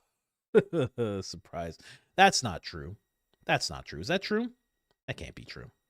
That wouldn't make any sense. Or maybe, I don't know. 333. KC Blevins. The only bad thing about having your second baby is you leave your first baby at home to go have the next one, and you return home, and all of a sudden the baby is a big girl and my boys are only 13 months apart. Yeah, it's a ridiculous thing that they don't just let you be there as a family. It's absolutely just doesn't make any sense at all. But we figured out not a way around it, but we're figuring things out. It's gonna be okay. But it's just ridiculous. Yeah. Jamie, so weird. You just said remote viewing is demonic. I was trying to remote view the waves from my backyard. It didn't work. You can't remote view. You're trying to see the waves. Yeah, you can do that. You can do it, but it's like, do you need to? And that would be more astral projection, I think, that you're trying to achieve. Same thing. I would say the same thing about it, honestly. But you don't need to do that. They're in your backyard. Get up, man. Get up and go check it out. What are you talking about? Open a window. Coach, the secret lab chair changed my life. Huge improvement in my neck pain when I work from home. God bless you and the family. Rachel J, thank you so much. Yeah, it is a great chair. It is a great chair. My back pain went away because I adjusted the chair. I had it sitting like a regular chair. Now I have it up a little bit. I have it like this a little bit, so it actually feels way better when I'm like hunched over for 3 hours talking to you guys. So actually a great chair. Great chair. Glad you got one. Coach, it's 2:30 a.m. in Australia. Any chance you could go later while OC is away? Wait. Any chance you could go later? What do you mean later? Like at your 3:30? At your 4:30? What are you crazy? Why would I do that? And I've thought about it too. I've thought about going like right before Candace and just doing that. I've thought about that, but we'll see. We'll see. Right now, I like where I'm at. It forces me to wake up in the morning. I like to have something to wake up for, that I have to like get ready for, and then after I'm done, my day is like, ready. My day is ready to go. We go out with the family.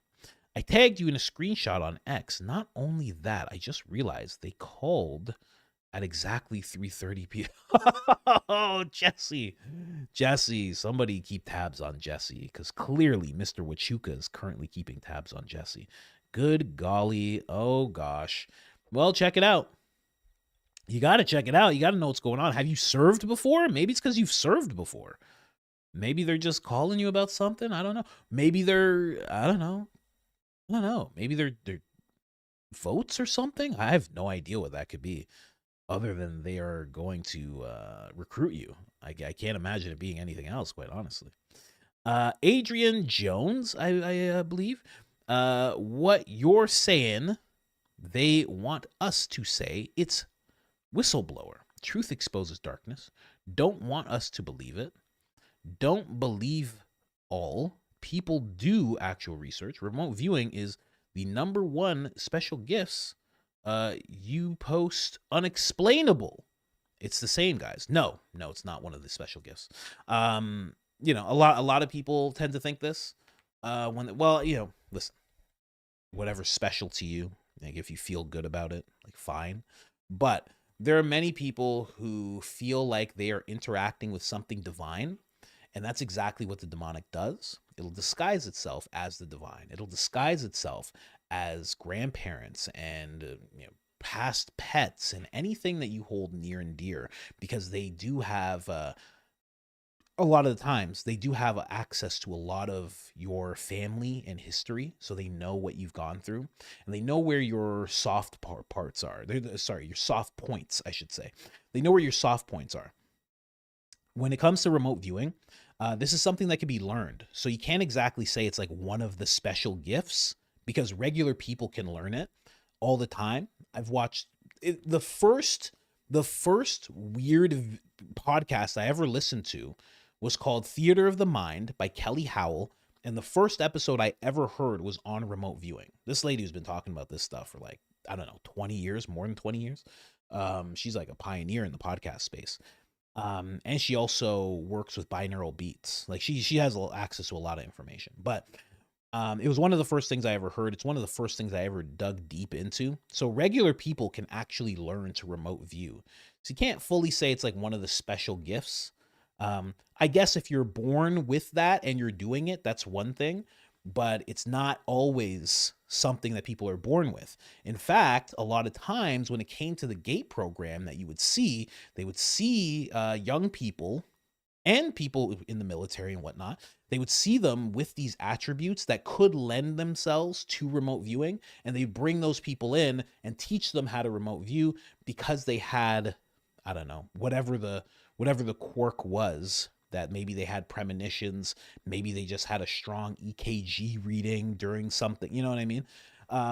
So it can be taught quite a bit, and it has been taught. More often, it is taught to people than it is something that people are just born with and have this natural talent for. So I wouldn't say it's one of the special gifts. And also, as you're doing it, you don't know exactly what you're accessing. Even the way you explained it, you said it's a special gift. You don't even know what it is. You don't even know what part of your brain you're using. You don't know if you're interacting with something. You don't even know what the middleman is in order for you to know what it is you're seeing. There could be a middleman. There could be you getting into a trance-like state, interacting with something that's on the unseen layer of the world that we know exists, and then that thing actually telling you about what you're supposed to be seeing. You have no idea what this is. So please, I get it. You like it, but don't act like you know what this is. You do not know what that is. You just have no idea. That's just my 2 cents on that. So, well, let's keep going here. My coworker walked into my office to hear about cult talk, awkward burgers. Awkward burgers. That sounds like something Dr. E. Philadelphia would say. Awkward burgers. This is a little awkward burgers, guys. Yeah, that's exactly what that sounds like. I love that. Tons more cowbell. Oh, I love that. I every time I'm reminded of the cowbell bit. Saturday Night Live. That is one of the funniest things that I've ever seen, period. And the fact that it was on Saturday Night Live is mind-blowing. Will Ferrell, Christopher Walken, more cowbell, please, is just incredible bit. Thank you for reminding me of that. It sucks Tyler has Who is this? Curie Richens, attorney. She's bad.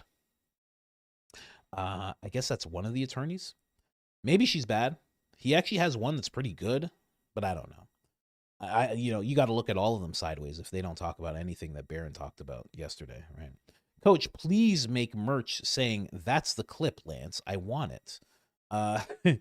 You can't use Barron's font, but I know you'll come up with something great. No, Barron's font is Barron's font. Like I said, I'd love a high IQ outfit in the Barron font that he uses for the logo. I think that would look so cool.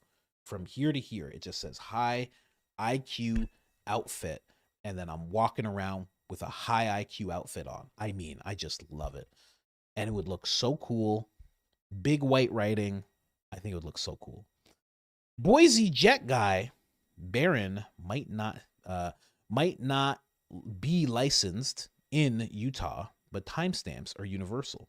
Yeah, I don't think he needs to be licensed to help them. I don't think they need that per se. If the Bureau insists Tyler's parents put him in, I think you said this already. Did they pay the family the reward? Yeah, we don't know. We'll see. Who knows? Gave up YouTube for Lent. First time back to your channel. You're looking svelte, Coach. Thank you so much. Appreciate that. We're working out over here. We're eating the things we're supposed to eat. For the most part. I think I ate a bunch of brownies yesterday. Did I eat brownies? I ate brownies and sushi. The wife wanted brownies. I ate some. She ate the whole thing of brownies in the car as we were driving home. And then she had 2 more brownies. Actual, like legit, cool, good brownies. Gluten-free, dairy-free. When we were sitting here doing our members. She was the brownie queen yesterday. A lot of brownies. You're so funny, Coach. Thank you for the insights and the laughs every day. Burp, burp, burp, burp, burp. Thank you so much. Look, I can't pronounce names, but somebody puts that there, and I know exactly what they mean right away. Isn't that funny? Big Daddy Waller. I can't make the lives, but I watch all. I'm hoping to get mine read. Can you tell me to get back to work? Well, I mean, yeah, I guess I'll just say, get back to work, Big Daddy Waller. Get back to work. There you go. That's the only name I got there, so I had to use that one. Polite Dark Damage. Every time I think about Turning Point, the gang, I can image a Cheers scene where everybody knows your name in a dark bunker. That's like Fort Huachuca, where everybody knows your name. Da-na-na-na. And we always tap your phone. Da-na-na. Occam raised. I don't know why people stop believing in giants. You have 12-year-olds the size of Shaq and dudes like Brian Shaw walking around. Yeah, I mean, that's a good point. Also, go to a powwow, talk to the elders. They'll tell you about giants. Oh, that would be cool. That's a good idea, actually. Really tapping into the older people is a resource that we don't use anymore. My wife, before her grandmother passed away, I got to ask her a bunch of things about marriage, and I wrote it down. I have it saved in a file. But, she was just thought about it different. She was talking about how it's this partnership, and that might sound like current day stuff, but it was a partnership, and we knew our roles, and she would handle everything at home, and he would handle everything at work, and you never fight about money. There are certain things that she learned from having such a long, successful marriage, and yeah, they're valuable. There's a lot of stuff the elders can tell you about. But Brian Shaw himself is just, I mean, what did that guy's ancestors look like? Like, there's no way he had some 5'4" ancestors walking around. If you guys haven't seen Brian Shaw, I mean, this guy's huge. Wasn't he the Mountain from Game of Thrones? I'm pretty sure he was the Mountain. I'm pretty sure. That was gigantic.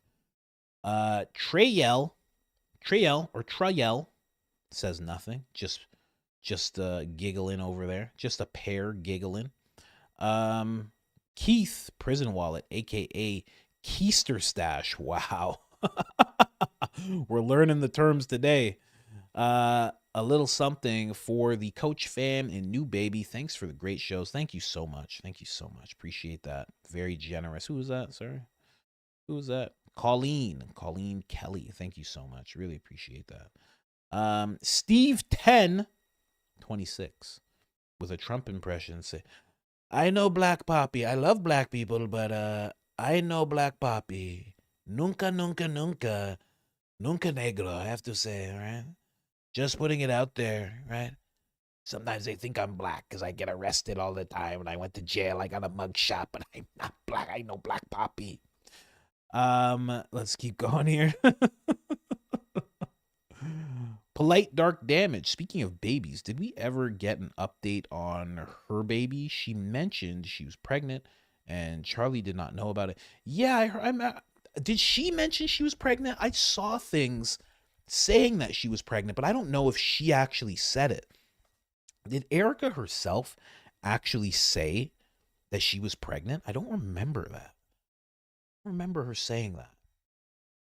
I was really tuned into everything around that pregnancy stuff because I was like, oh, like, you know, because people started looking at the timelines, of course, right?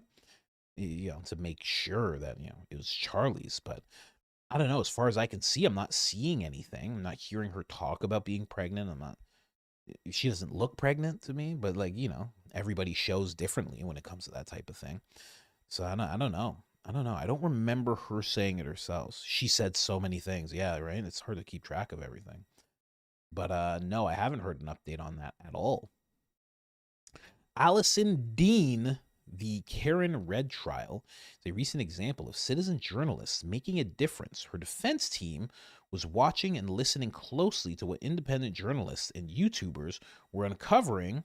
She was ultimately found not guilty. Wow, that's interesting.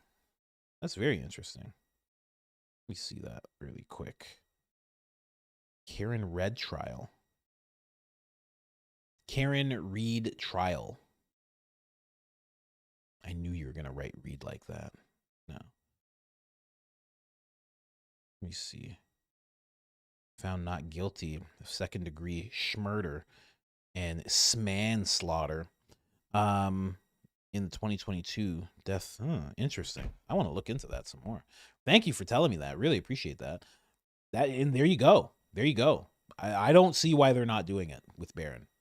I just don't get it. So today, Patrick Bet David posted himself reading yeah, I saw that. I saw that yesterday. He posted a letter. He said he got a letter from Luigi Mangione. At 2:33, he drops a good old 33 and 47 and even repeats 6 threes. 6. Yeah, apologizing for Adam. Isn't that interesting? Yeah, I saw that. I was like, hold on a second. Mike Riley. Hold on. Who are you, Mike Riley? Hold up a second. Oh, no. You kind of look like a fighter named Mike Perry. I thought you were Mike Perry for a second. That's what I thought. I was looking at him. Mike Perry. UFC. Let me see this guy. You look like that guy. You look just like that guy. Are you Mike Perry? You looks like Mike Perry. You guys ever see Mike Perry? Mike Perry. At least in this profile pic you do. You look just like Mike Perry. What? See that face? That looks just like Mike. Look at that. That's you. Is that you? That's you for sure. Look at that. That's him. What are we talking about here? That's funny. But yeah, I saw that whole thing. I didn't actually watch the whole video. But it's weird that he got a letter and he said he sent the letter back to Luigi Mangione. Why is Luigi sending him a letter out of all the people? Very weird.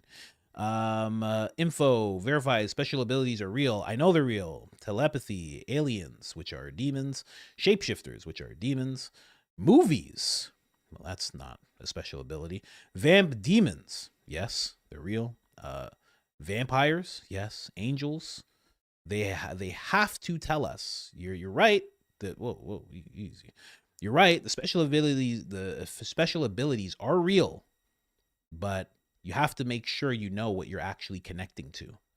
You have to be very, very careful. I've talked about this at length. You have to be very careful with what you're connecting to. You don't actually know what it is that you're doing. Again, just remember, you described it as a special gift. You're describing them as special abilities, right? That's actually not what they are. When you think about telepathy, there's actually something going on in your mind. Maybe there's something, because I don't believe in junk DNA. I don't think there's any DNA that's junk. But if you have some of that activated, maybe there's a mutation going on. Maybe there's a certain connection going on. There's synapses in the brains that are constantly, maybe you have a special synapsis that's connected and you're able to do something like that. But you're just calling them special. Again, you have to know exactly what's going on. Ask people who have these things, what are you actually interacting with? A lot of people, just like Chris Bledsoe, they will tell you, well, when I do this seance-like ritual, I attract UFOs. Are they UFOs? Are they UFOs the same way Aleister Crowley was attracting UFOs? Because Aleister Crowley wasn't attracting UFOs. He didn't call them UFOs, but it looks like a UFO, right? You have to really be careful. You can't just be like, it's a special thing, and that's it, and it's completely good. You have no idea. Do be very, very careful. The dark side is very, very deceitful. Very, very, very deceitful. So don't just get taken in because you like it or want to feel like you have a special thing. Understand what that actually is. If you feel like there's something speaking to you, you should probably figure out what that thing is. What does it do when you call out the name Jesus? Does it disappear? If it does, it's a little bit of a clue. You have to really think about that. Barron is an excellent investigator, and his law background gives him a leg up, serious leg up. He knows what to look for. Regarding the timestamp, I'm behind. We'll keep on going if you're behind. Let's keep going here. Let me see here. Let me see. Up. Oh, you're going to explain it? Thank you so much. I saw somebody, there's some people that are going to explain some of the things they were writing. RBF, resting bee face. I would have never guessed that. I would have never, ever guessed that. Resting bee face. Okay. I had no idea that's what that was. Okay. RBF. Okay. I'll remember that. RBF. That person has an RBF. Okay. I'll remember that. Thank you so much. Go Chris 11123. Coach, have you looked into Joe Rogan? I assume. Sweet and his book about Disney. Actually, no, it's not Joe Rogan. I'm so bad with these acronyms. Have you looked into J.R. Sweet and his book about Disney tunnels?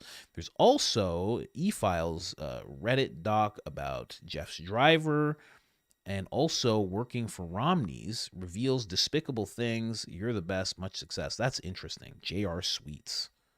Move aside, Mike Perry. J.R. Sweets. Let me see here. Or is it just Sweets? J.R. Sweet?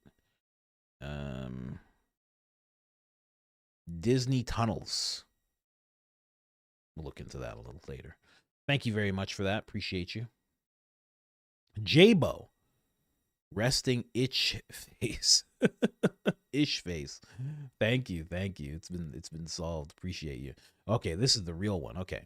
YT unsubscribed me from you. Sorry. That Umbrella Guy.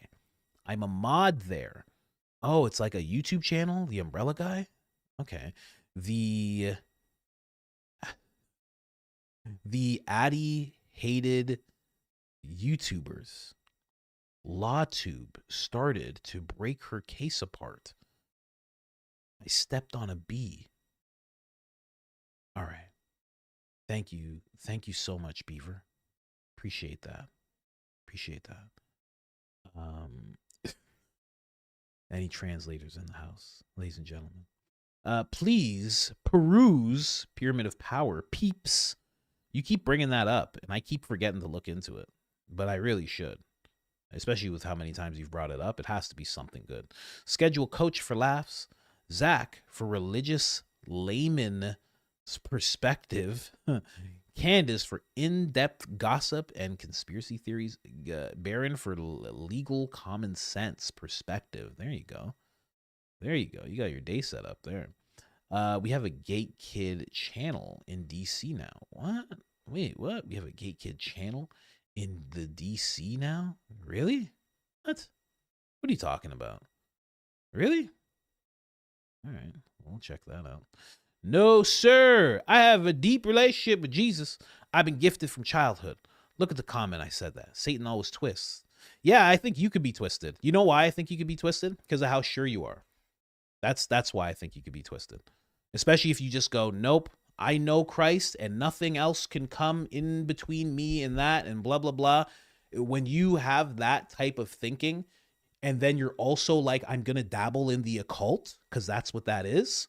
It shows that you can actually be, you could be infiltrated because you're dabbling in the occult and then saying you have a deep relationship with Christ. You cannot have two masters unless Christ has told you, or an angel or something has told you that this gift is from God or from Christ. You are dabbling in the occult and branding it as Jesus. That is not good. Okay? Just putting it out there. That is not a good thing to do. Now, you say you have it from childhood. You know what else people have from childhood? They have familiars. You know what a familiar is? Familiar is a demon that actually latches on to a grandparent. And then from there, when that grandparent passes away, it latches on to one of the kids. And then you know what it does from there after that parent passes away, or even after that parent breaks generational curses or whatever you want to call it, cleans themselves. It goes to the next generation. And a familiar can stay in a family for 10 generations. And a familiar will show themselves as a grandparent. They will show themselves as a parent. They will have all the knowledge from your family, and they can easily trick you because they know exactly what you're into and what your family's been into for the longest time. Familiars are a real thing. Perhaps just having a relationship with Jesus is enough. Why do you also need the special gift? Having a relationship with Christ is good enough for me. I think that's a good thing to have. Why is it that you need the special thing as well?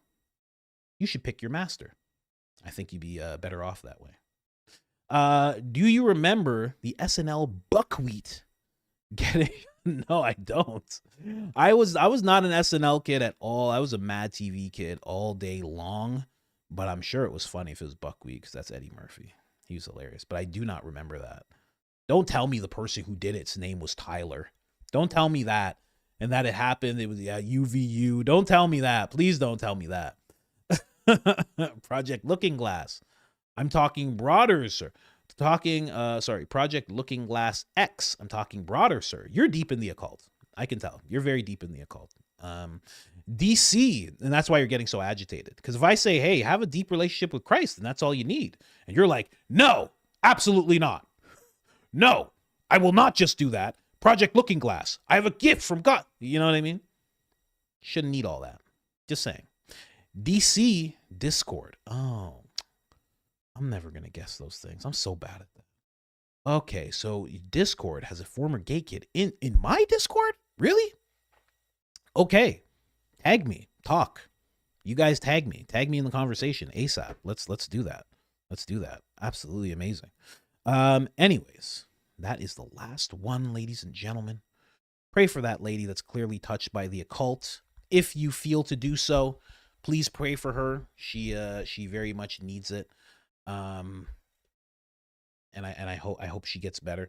But thank you guys so much. Really do appreciate it.